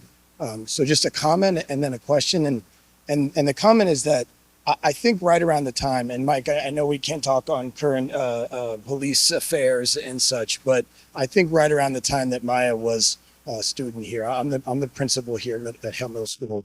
And just about 18 months ago, we had a young man who graduated and sat in the seats that you are all in right now, went through this school, and is facing murder charges for killing his 17-year-old partner at his house just here in town. And when Maya said, teachers and parents and coaches miss these things. It's real, and it's within our community. So I just, Gabby's situation feels far away, but it also, I think it's very close to home in another sense. And that's kind of the point behind my question is that, I think about, and advocates might be able to say more, but I think about like this thing I keep hearing about, like generational trauma, and like, this idea that, Mr. Schmidt, I don't think it's right to blame the victim, right? And, but you said something earlier about like what's going on with the perpetrator that they're wanting to abuse. And my mind just keeps going back to this, like this, you had said it, Lieutenant, about a cycle, right? And the cycle within that immediate domestic violence, but also like cycles within homes that are perpetrated, generationally, that maybe moms that are allowing an abusive spouse to abuse them in front of their kids, and a husband that continues to abuse because, maybe the father or the uncle or someone else abusing their family. And I don't know much about it. I'm motivated as a principal here, Mike, to bring more education like this. I'm disappointed we don't have more males in the audience, but I think there's something we can do here. But I'm just kind of stuck on that, this idea, like, where does the generational impact play into these aggressors and their desire to abuse? Thank you. That's one of the reasons why we want to get into schools, because intimate partner violence is a pattern, and it's a well-known pattern, and patterns are completely preventable because we know the pattern. So we need to talk to the kids. We need to get to the kids. They don't all have good homes, right? We can't expect every kid to come from a cookie cutter home. So where do they go every day? They go to school. Who can raise these kids? A village. It takes a village to raise a kid, right? So we can all as adults come together and be part of our communities and teach these kids, what love looks like, what healthy, happy friendships look like, what's not okay. Mindfulness. I mean, getting into the whole mental health game early on. Let's start in kindergarten. Let's start in preschool. Let's talk about how we can have really good self-awareness and be kind to others. It's not just about preventing yourself from getting abused. And my daughter asks the same question. She's 16. She asks the same question at home. Why do I have to worry about this? It's not fair. It's not fair. So, it's going to take a while, but if we start now, and the schools don't want us in there. We have been invited to a few schools and a few colleges, but we got to start younger. I want to plant those seeds really early on, and I think it needs to be across the country, mandated programs that need to be taught in every school, because we cannot expect it to be happening in every home. It's just not going to happen. So I'll just add on a little bit too. And a lot of people come from less than desirable home lives. That doesn't necessarily mean that they too are going to grow up to be an abuser or a criminal or whatever it may be. Although the less services they have, those patterns show that that's where they tend to go. But I think a big thing, especially for men, and I'll tell you I'm 44 years old, men don't cry, tough it up, move on, bury it down. So that's something that's ingrained in young men at a young age. It's a word that starts with V. That's a curse word, vulnerable. And I'll tell you, I heard it a few years ago after teaching at speaking at a hospital, where they said, "Wow, I got very upset and I cried," and that's not normal for me, right? And one of the doctors came up and said, "Wow, that's really nice to see a vulnerable man." And right away, I was like, "What are you talking about?" I was a fireman for all these years. I like exercise. And she was like, "You idiot, that's a good thing. It means you know how to express your emotions." And I think a lot of young boys don't know. It might have been a little worse than that, but I'm trying to keep it PG. But I think from an early age, we don't really teach our young boys how to properly process our emotions. It's okay to have normal emotions. It's okay to be sad. It's okay to be upset. It's okay to get angry. But how do you react to that anger? Do you lash out in violence? Do you throw stuff across the room? Or are we giving them the tools to be able to process that, breathe for a minute, take a moment, and then react before we act out? And I think once we start doing that, it's not creating a weaker generation or anything like that, but it's teaching us that it's okay to feel those things, but we have to process it in a proper way. And it's going to start at a young age, especially in young men.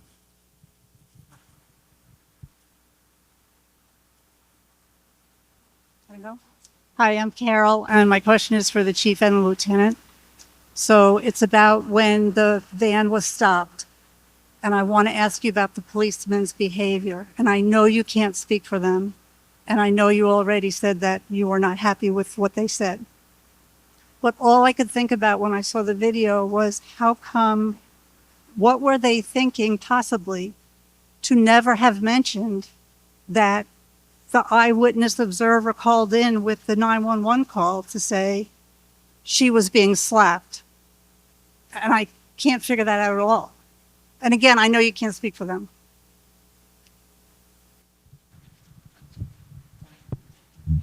I actually asked this question because we do not have the knowledge, nor do the Schmidts have the knowledge of what was dispatched.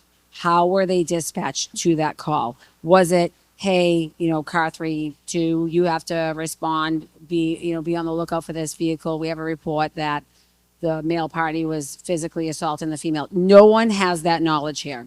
I would like that knowledge because I do want to know how they were dispatched, because if I was dispatched to that same exact call, he would have been removed from the vehicle. There would have been a couple of questions, but in my brain, he's already getting arrested. We have a witness who has spoken to the police, has described it. You have an upset female that has visible injuries.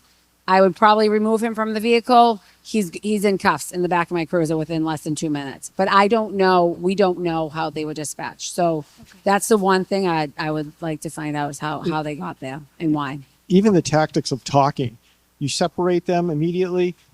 You ensure that they can't see each other as they're talking, and then you put one officer on the other side, and the other officers, so two officers can see each other, but the individuals that you're dealing with can't see each other, so you can make sure that you're safe as an officer, but yet the other person is not being influenced by anything else that's going on.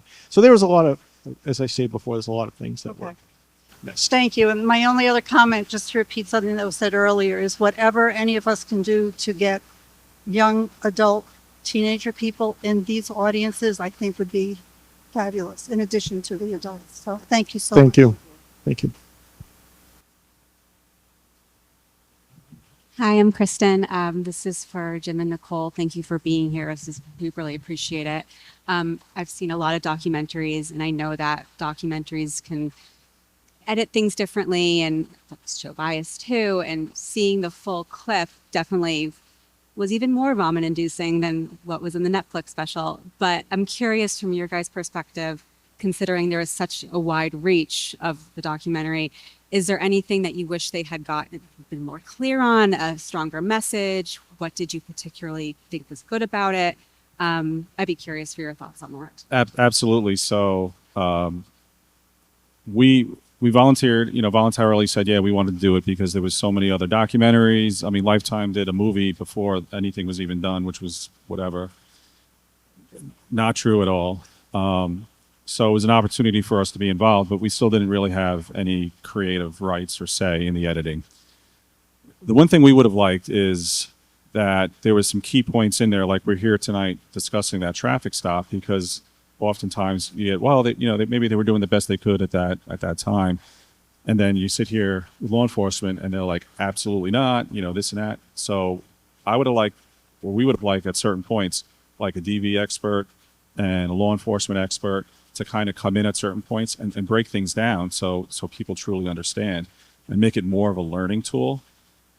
But for the most part, the feedback that we've got right afterward was a lot of parents reaching out to us saying that they watched it first and then they're sitting down with their teenage kids and they're using it to have that tough discussion, right? There's a lot of tough discussions that are really uncomfortable to have with our kids, but it's actually like they watch it and now they're asking questions and it's more organically coming up and they're having those tough conversations. But just a couple more experts for us, I think, would have been, or any expert would have been great to just kind of break down some of those finer points so the rest of the communities out there, the public, can actually see these things and understand these things more so than a lot of the people who are experts in it, like this room.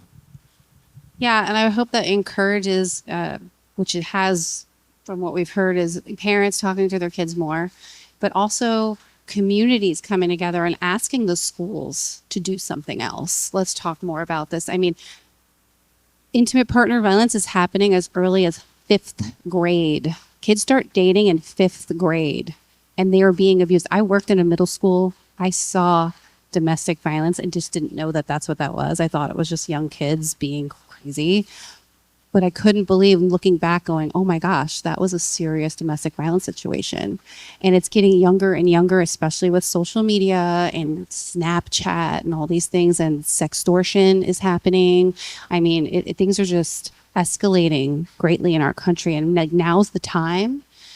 Like, people see Gabby, they relate to her. All these young girls relate to her. We need to start listening. So be a community member that voices your opinion. Find out what's going on in the police departments. How are they responding to these calls? Is there any laws that you can help back? Can you start a petition? Can you ask the school to have things? Everybody can do something. It can start a ripple effect in your community. So thank you. Thank you. Appreciate it.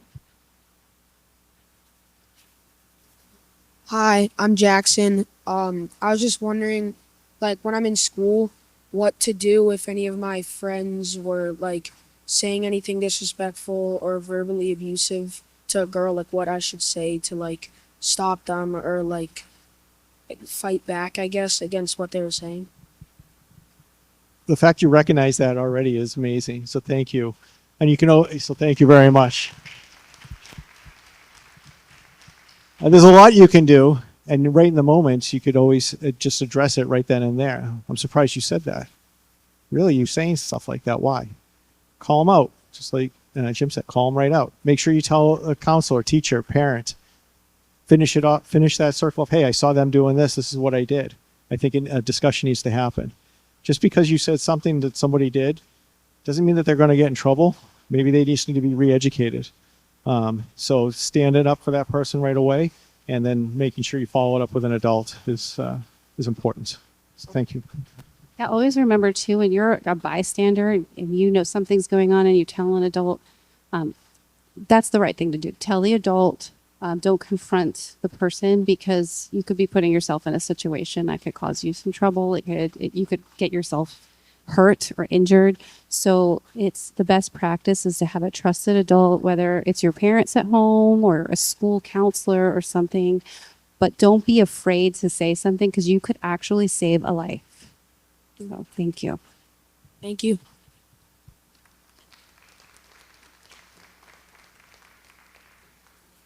First off, thank you so much for doing all of this. It's been a very good learning experience. My question is for our STO department. So early on in the beginning, I think we mentioned, that having people call or let people know if you see something or there's a family member, or trying to get somebody to come to the police department or to call the police department.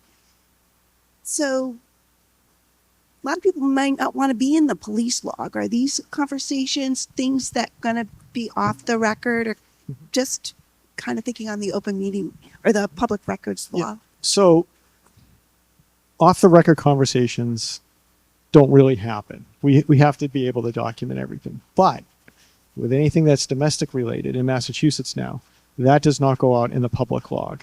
That gets redacted. It is not subject to public records requests. It's not subject to any FOIA. It stays with us.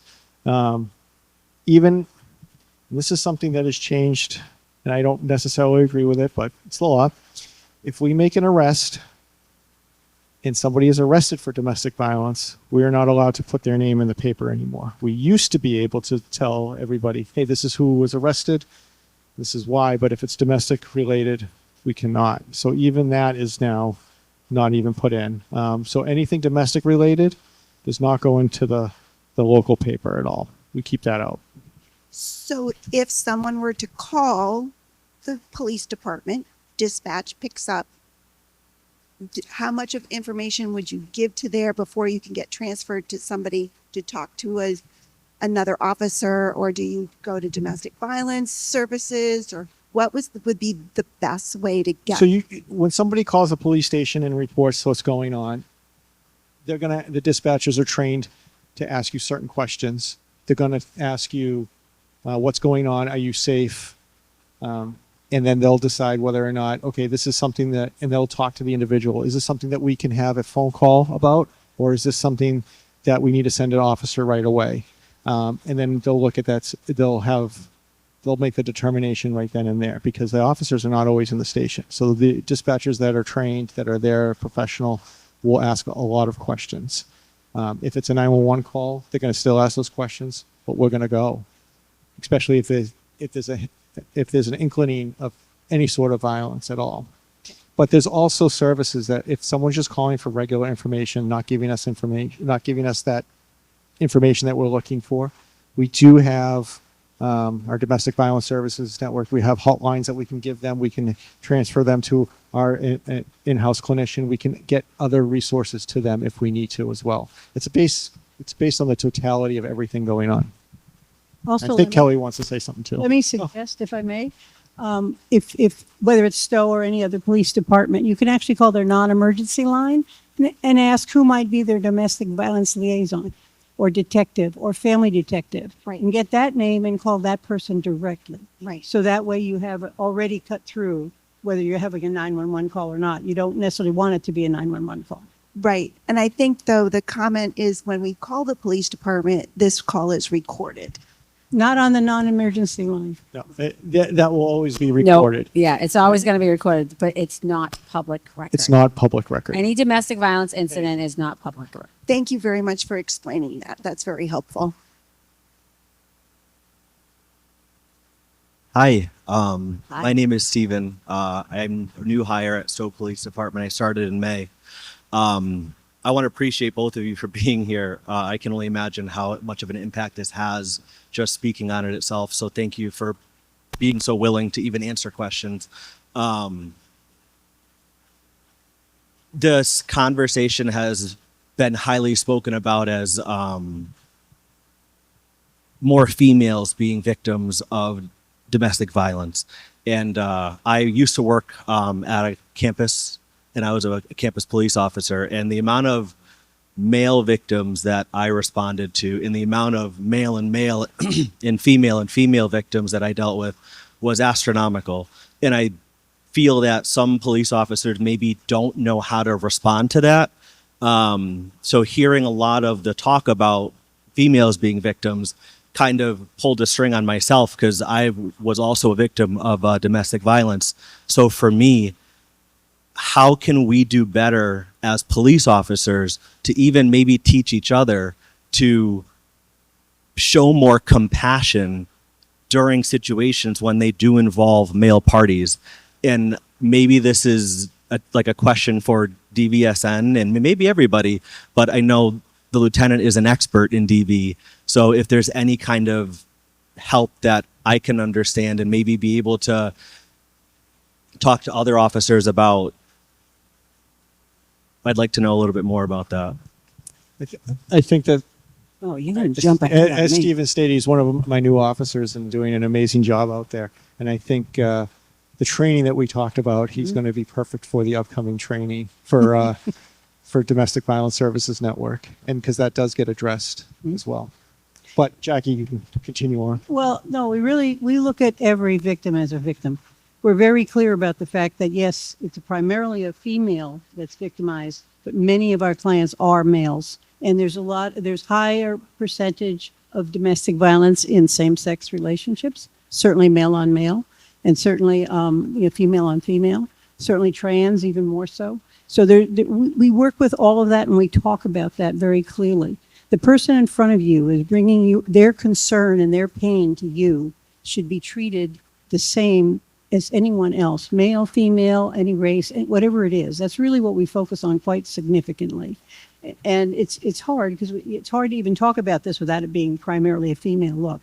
I tried throughout my talk to say himself or herself or whatever the best I could. It's going to sound very much like we're very much here for a female victim. So, I mean, that's, that's a real part of the biases that get built up in ourselves. But we work hard at trying to eliminate or minimize those biases because we have them. And it's just as Kelly said, we all come with certain things to the table. But we work hard at not having them direct how we interact with our people. So and I'm so delighted that the chief talks about our training as he does, because we really try to do what he said we do. So, and we just keep working at it, and we keep improving our training so that we can have your concern be addressed without you having to be a victim of ours. So I hope that answers you a little bit.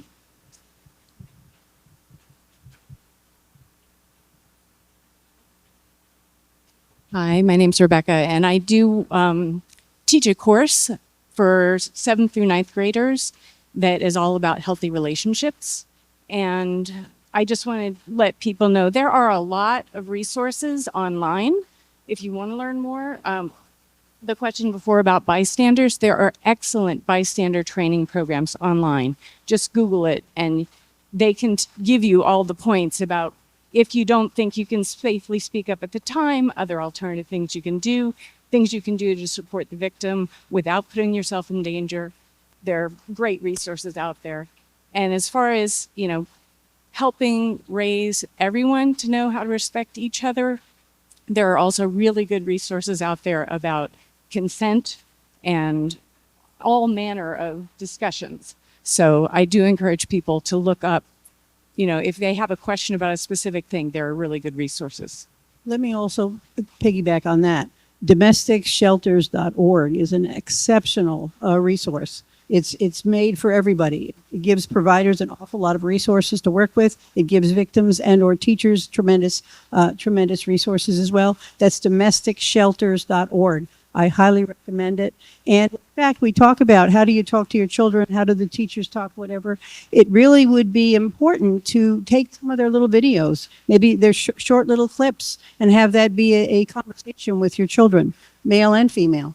Even though we would like to educate males more, we don't want to forget about females either going forward. So I think you're bringing up this topic is excellent. DomesticShelters.org. It's really quite a good resource if you're interested in working with children in any capacity.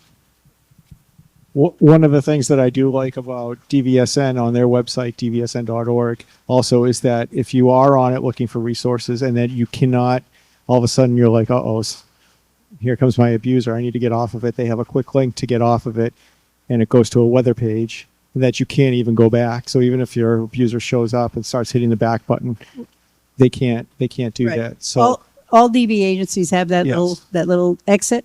Yeah. I happen to put it to the weather page because that's the least controversial for someone who walks in on someone who's using these things. But I don't want to shortchange our website either. DVSN.org really has some nice stuff there. There you go. A lot of great blogs and good information. So thank you, Chief. Hi, my name is Shreya, and I really am thankful for you guys for hosting this event because I've gained so much knowledge from this, and I think it's really important to spread awareness about this topic. And as a high school student, I was wondering, like you said, domestic violence can start from the young age of like 5th grade, and I wanted to know what that looks like, and is it different than like signs that are noticed in like adulthood, or is it kind of similar? What is it? That's a great question. I think it might look a little different, but it's basically the same. But like, what are kids doing differently? So kids are using Snapchat and their cell phones 24/7. Like every kid has their phone in their hand all the time. So a lot of the times, like these kids will take control of like, hey, who's texting you? Like, let me see who's texting you. They want to look at their phone all the time. They want to kind of be in control of that device. They want to have their passwords and have access to their accounts, things like that. The best thing you can look for too is like if your friend's behavior is changing, if they are acting differently, if they're only wanting to spend time with their significant other, this is a new relationship, they're really excited about it, but then you start not hearing from them anymore. They maybe might start sharing little bits and pieces with you, like, oh, they said that, I need to hang out with them today, or I shouldn't wear this outfit, or I should quit, my sport because I need to spend more time with them. There's so many different things that go into it. But if you follow your gut instinct. If you know your friend well enough and you like, I think something's wrong here, talk to your parents, and maybe you could start having those conversations, and then ask your friend straight out, is everything okay? Is there anything going on that you want to tell me about? Because I'm here for you. Just being a support system and letting them know you're there is the only thing that we can do in these situations. If you know specific things are happening and they don't want to leave the person, the only thing you can do is be there for them and tell an adult what's going on. But thank you so much for asking.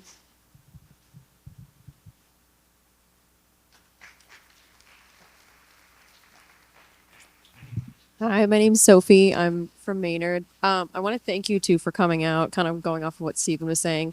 It's absolutely commendable that you're able to come out here and talk about something traumatic, devastating that has happened to your family, and take it and come to our small communities all across America, watch these videos back, and advocate for a change is absolutely commendable. I don't know how you guys do it, genuinely. Something that I've recognized in, I guess, the body cam footage, again, not to bring up kind of that sensitive topic. Another case that I kind of think of is the Depp versus Heard case and the theme of reciprocal violence. We saw in the body cam footage how she was in hysterics and they get him out of the car and they see that he has scratch marks on his face. But the initial report was that he was slapping her and he was slamming the door. We've seen every other piece of evidence that shows that he was the perpetrator. And then looking at that trial as well, I don't know, how many people are familiar with that per se, but about how the narrative got entirely spun that she was not the victim, even though based on all of the evidence that we saw in that trial, he was the perpetrator. He was using drugs. He was using manipulative tactics. He was larger than her. All of these themes that we see in so many different situations of domestic violence. And that's not just to say that women can't be perpetrators too, but traditionally speaking, we know that men do this and men also kill because of it. I don't know exactly how to phrase this question, but not just how the officers had to react in that situation, but the theme of, not reciprocal violence, but violence that they have to enact in a means of self-defense.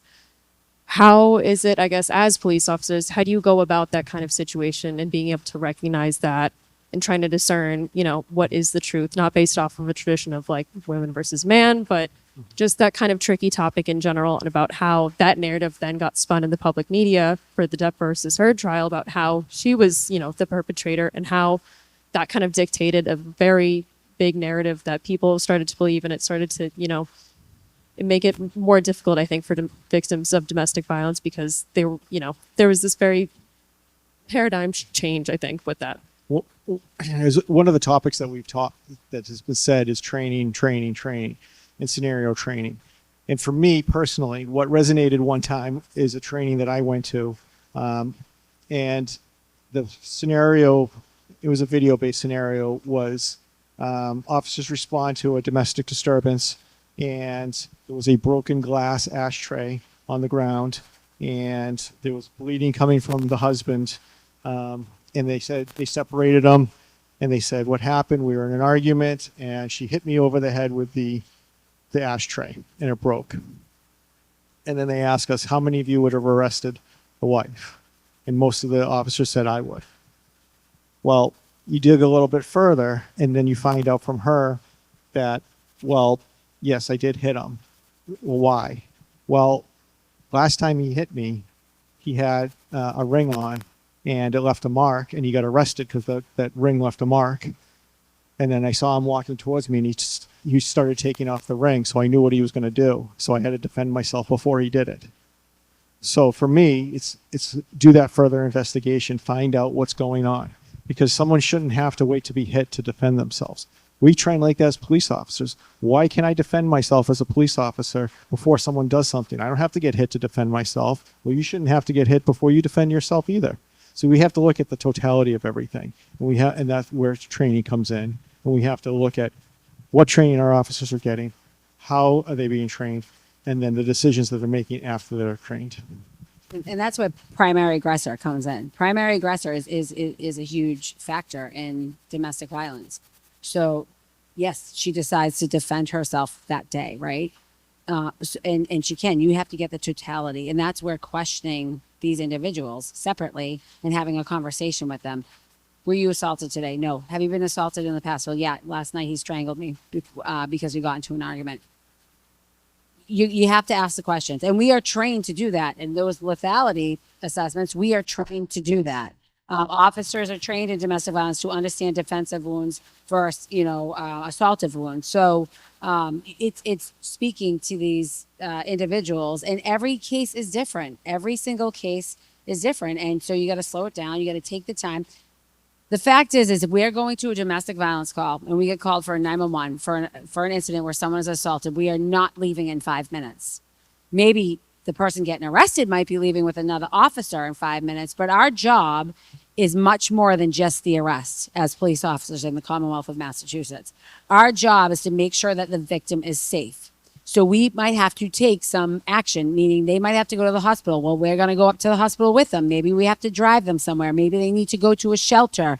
Maybe they want to get the restraining order. It's 3 o'clock in the morning. You're there sometime for hours. Like, it's not we come in, this happened, and it's over within 5 minutes. No, we own that scene for a significant amount of time. And that's to make sure that the victim gets services and feels safe, and we protect them to the best of our ability. So the officers are trained in doing that here, and we are lucky here in the Commonwealth that we have that type of training. Yeah. Thank you so much. Hi, my name is Riley. I'm a victim witness advocate in Lowell. So Lowell is a very diverse place with a lot of people with a lot of different backgrounds. And a lot of the times I hear from victims saying, well, in my country, we handle it with our family, or we don't call the police. And I just wanted to know, maybe from Stowe Police or Jacqueline as well, of how we can react to that, how we can help victims by saying, well, we can help you here in America. Like, you can call the police and you can trust the court system.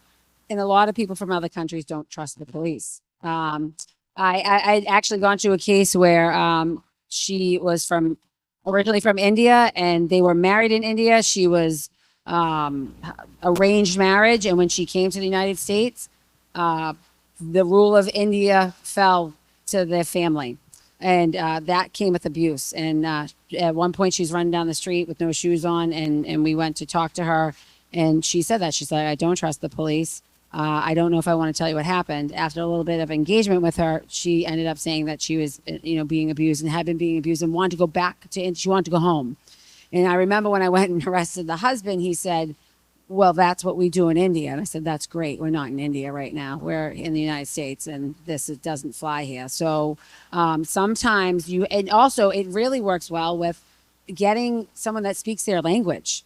So we can call interpreter services so they feel comfortable in speaking with someone that can speak their language, just to be able to get on their level and say, that is not an acceptable practice here. We don't allow that here. And again, it's just building rapport and having a conversation with them to make sure that we build that trust. And it can sometimes take more than one time, unfortunately.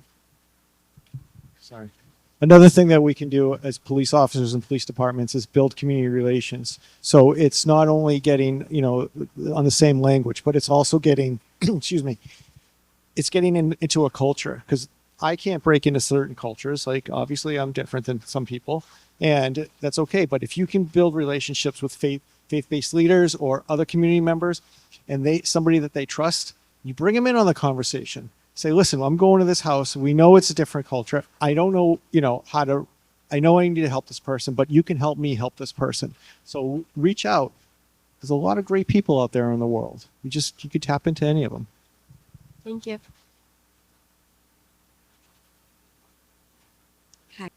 Hi. Yeah, thank you. Thank you everyone for being here. Nichole and Jim. I'm a clinician, co-response clinician with the Wayland Police Department. And I'm just thankful to be here and have this conversation. But I had a question for Nichole, and then a thought. One thing that stuck out to me on the body cam footage towards the end of one of the clips, Gabby was asking if she could call her mother. I'm wondering, and I'm sorry if this question's already been answered or asked, but was she able to call you during that incident when the police were there?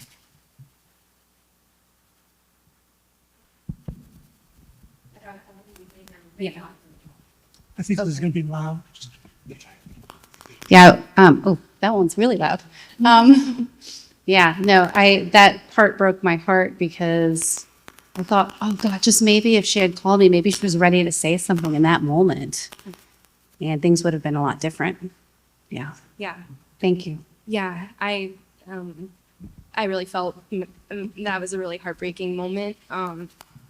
And just I'm a mother as well, and so that was really hard to see. And I feel like just from the clinician side, I can't tell you how invaluable family input is, especially in a high intensity kind of situation where you're coming up for the first time, you're meeting someone for the first time, and you're trying to piece together, okay, this is what he's saying, this is what she's saying. I know I'm not an officer, but I can only imagine that officers are also going through that too as they're trying to figure out what happened. And I feel like family or loved ones are often the backbone of a lot of this.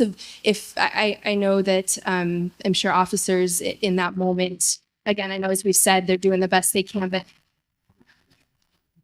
I wonder if they slowed down and maybe listened to that request, if that would have given them even more information to work with, because it's often the parents or the families that can see what's coming next. And I could, if I had a nickel for every time that a family was able to predict the outcome of something, I would be very rich right now, because families all know their kids the best, or their family members the best, and they can see that this isn't headed in the right direction. And sometimes if we can just slow down and incorporate them on the call, after the call, I feel like that is real essential. Yeah.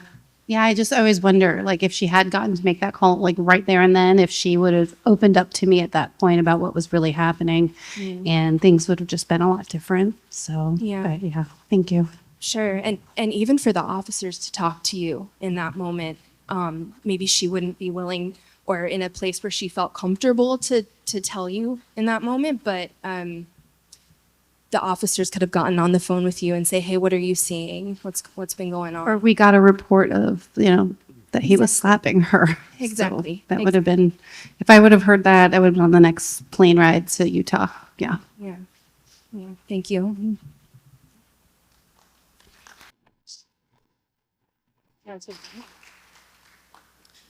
So we're going to open it up to closing remarks.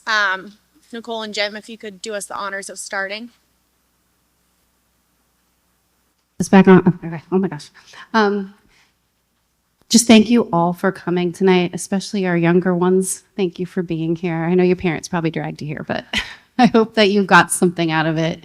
And it takes a community, it really does, to defeat something like this. So let's get in our schools. Let's learn about what's going on. Let's have coordinated community response meetings where lots of people are showing up to find out how they can help. And know your resources. She's sitting right here. She's got the stuff outside. If you know somebody, it doesn't have to be you, the victim, who has to call, by the way. You can call as a friend and say, what can I do to help? How can I talk to my friend or my daughter or my sister or my brother or my father, whoever it is? You can call. It's okay. And you're not alone. If you are in a situation, again, the help is here for you. So I just want to thank everybody for coming and keep having the conversations. Appreciate you. No, I just want to thank you all for being here too. I know I usually don't need a microphone, but they make me use one.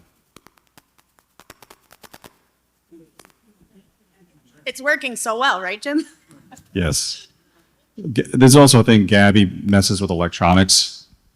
I'm not going to use it. Gabby messes with electronics, so usually this happens to me when I try to use them, so I'm surprised it's happening to everybody.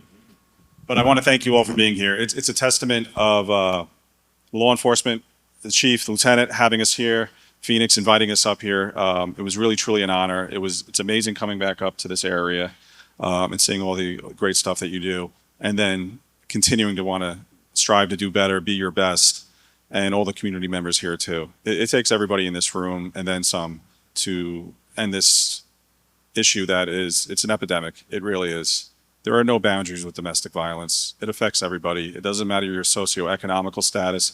You can come from the wealthiest home, or you can come from working class home. You could even be homeless, and it affects you. And everybody in between. It doesn't matter your religion, your race, creed. It affects everybody every single day.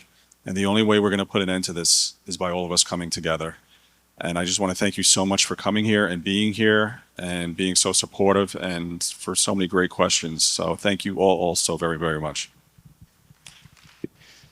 No, I want to thank everybody very much. I want to give a special thanks to Nichole and Jim for coming out here and answering Phoenix's email. She's the one who put this all together, and a special thanks to Phoenix and the Randall Library staff for helping us put all this together. DVSN for coming out, representing. Jaki, always amazing as always, and a delight and full of information. So thank you very much to an amazing community, the clinicians that came out to support us. You've said it before, it takes a village. Well, Stowe is a village that cares about its neighbors, and we need to continue that. And as a police department, we're going to continue to serve as best as we can. And how we do that is just continue to be better, to learn from others' mistakes, learn from our mistakes, and just reevaluate and just keep being better as best we can. So thank you all very, very much. And thank you very much, Phoenix, for arranging all this. Really appreciate it.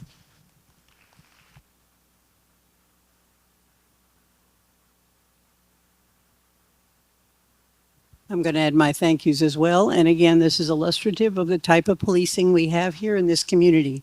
We're coming together because of Kelly and Michael, and we're really very honored to be part of that. But I also want to suggest that this not be the end of the road. Just don't let this be a one-off tonight. When you go home, whether you have children, you don't have children, you work with children, you're working with other people as your victim witness advocates, think about what it is more you can learn and how to work with them. Try to work with your children in a way around vignettes when it isn't over an incident that involves them right away. But you can have conversations as if you're being part of their education with them. Kids like to talk to their parents if in fact it's approached in a way that they don't feel judged and they don't feel blamed and they don't have a homework to do.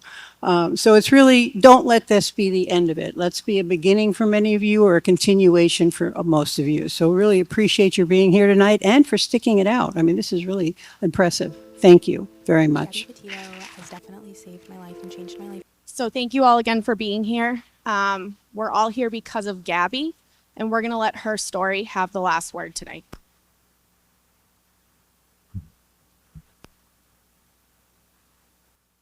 Gabby Petito has definitely saved my life and changed my life in so many ways. When I saw the body cam footage, that definitely pushed me to be like, okay, this is not normal. I moved to an island with a man who abused me for 1.5 years, away from my family. I didn't have anyone to talk to. I didn't know anyone when I left. But because of Gabby's story, I was able to leave and I was able to go find help. I was able to get therapy and I was able to heal. And I have now been out of my abusive relationship for 1 whole year. And I wholeheartedly believe that is because of Gabby Petito's story.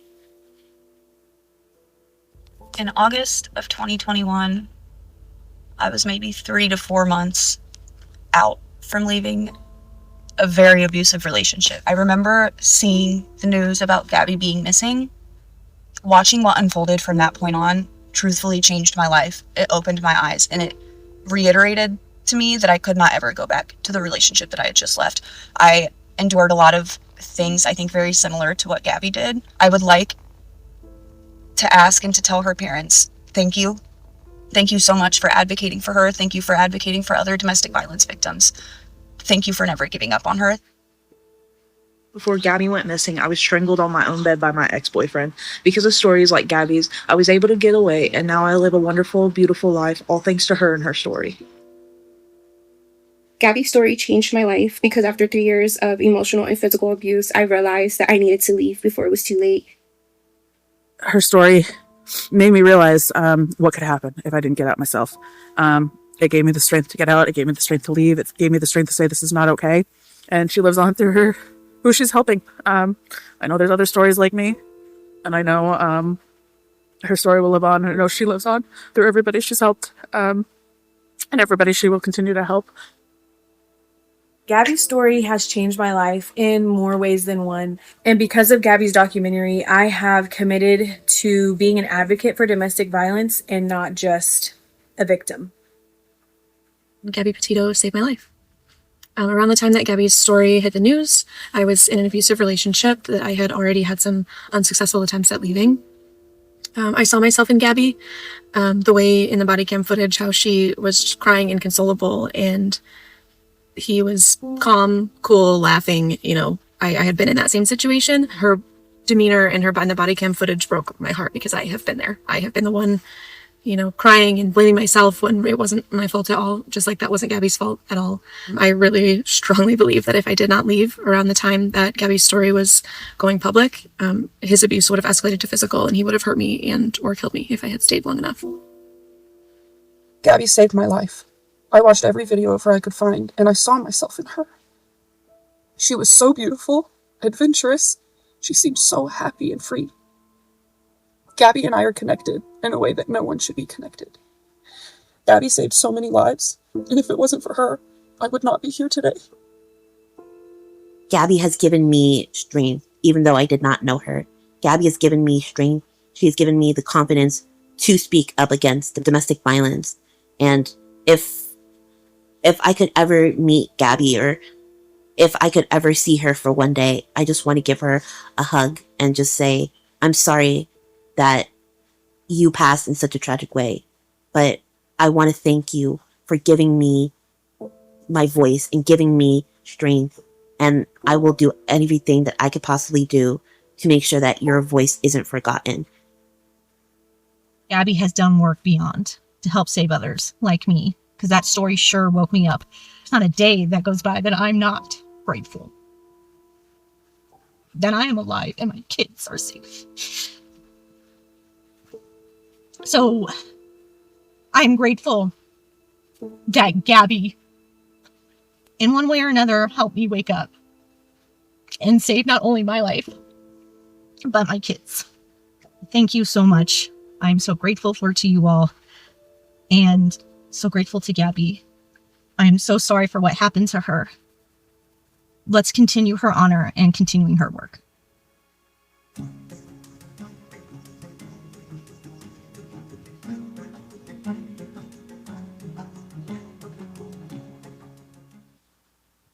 Thank you all again.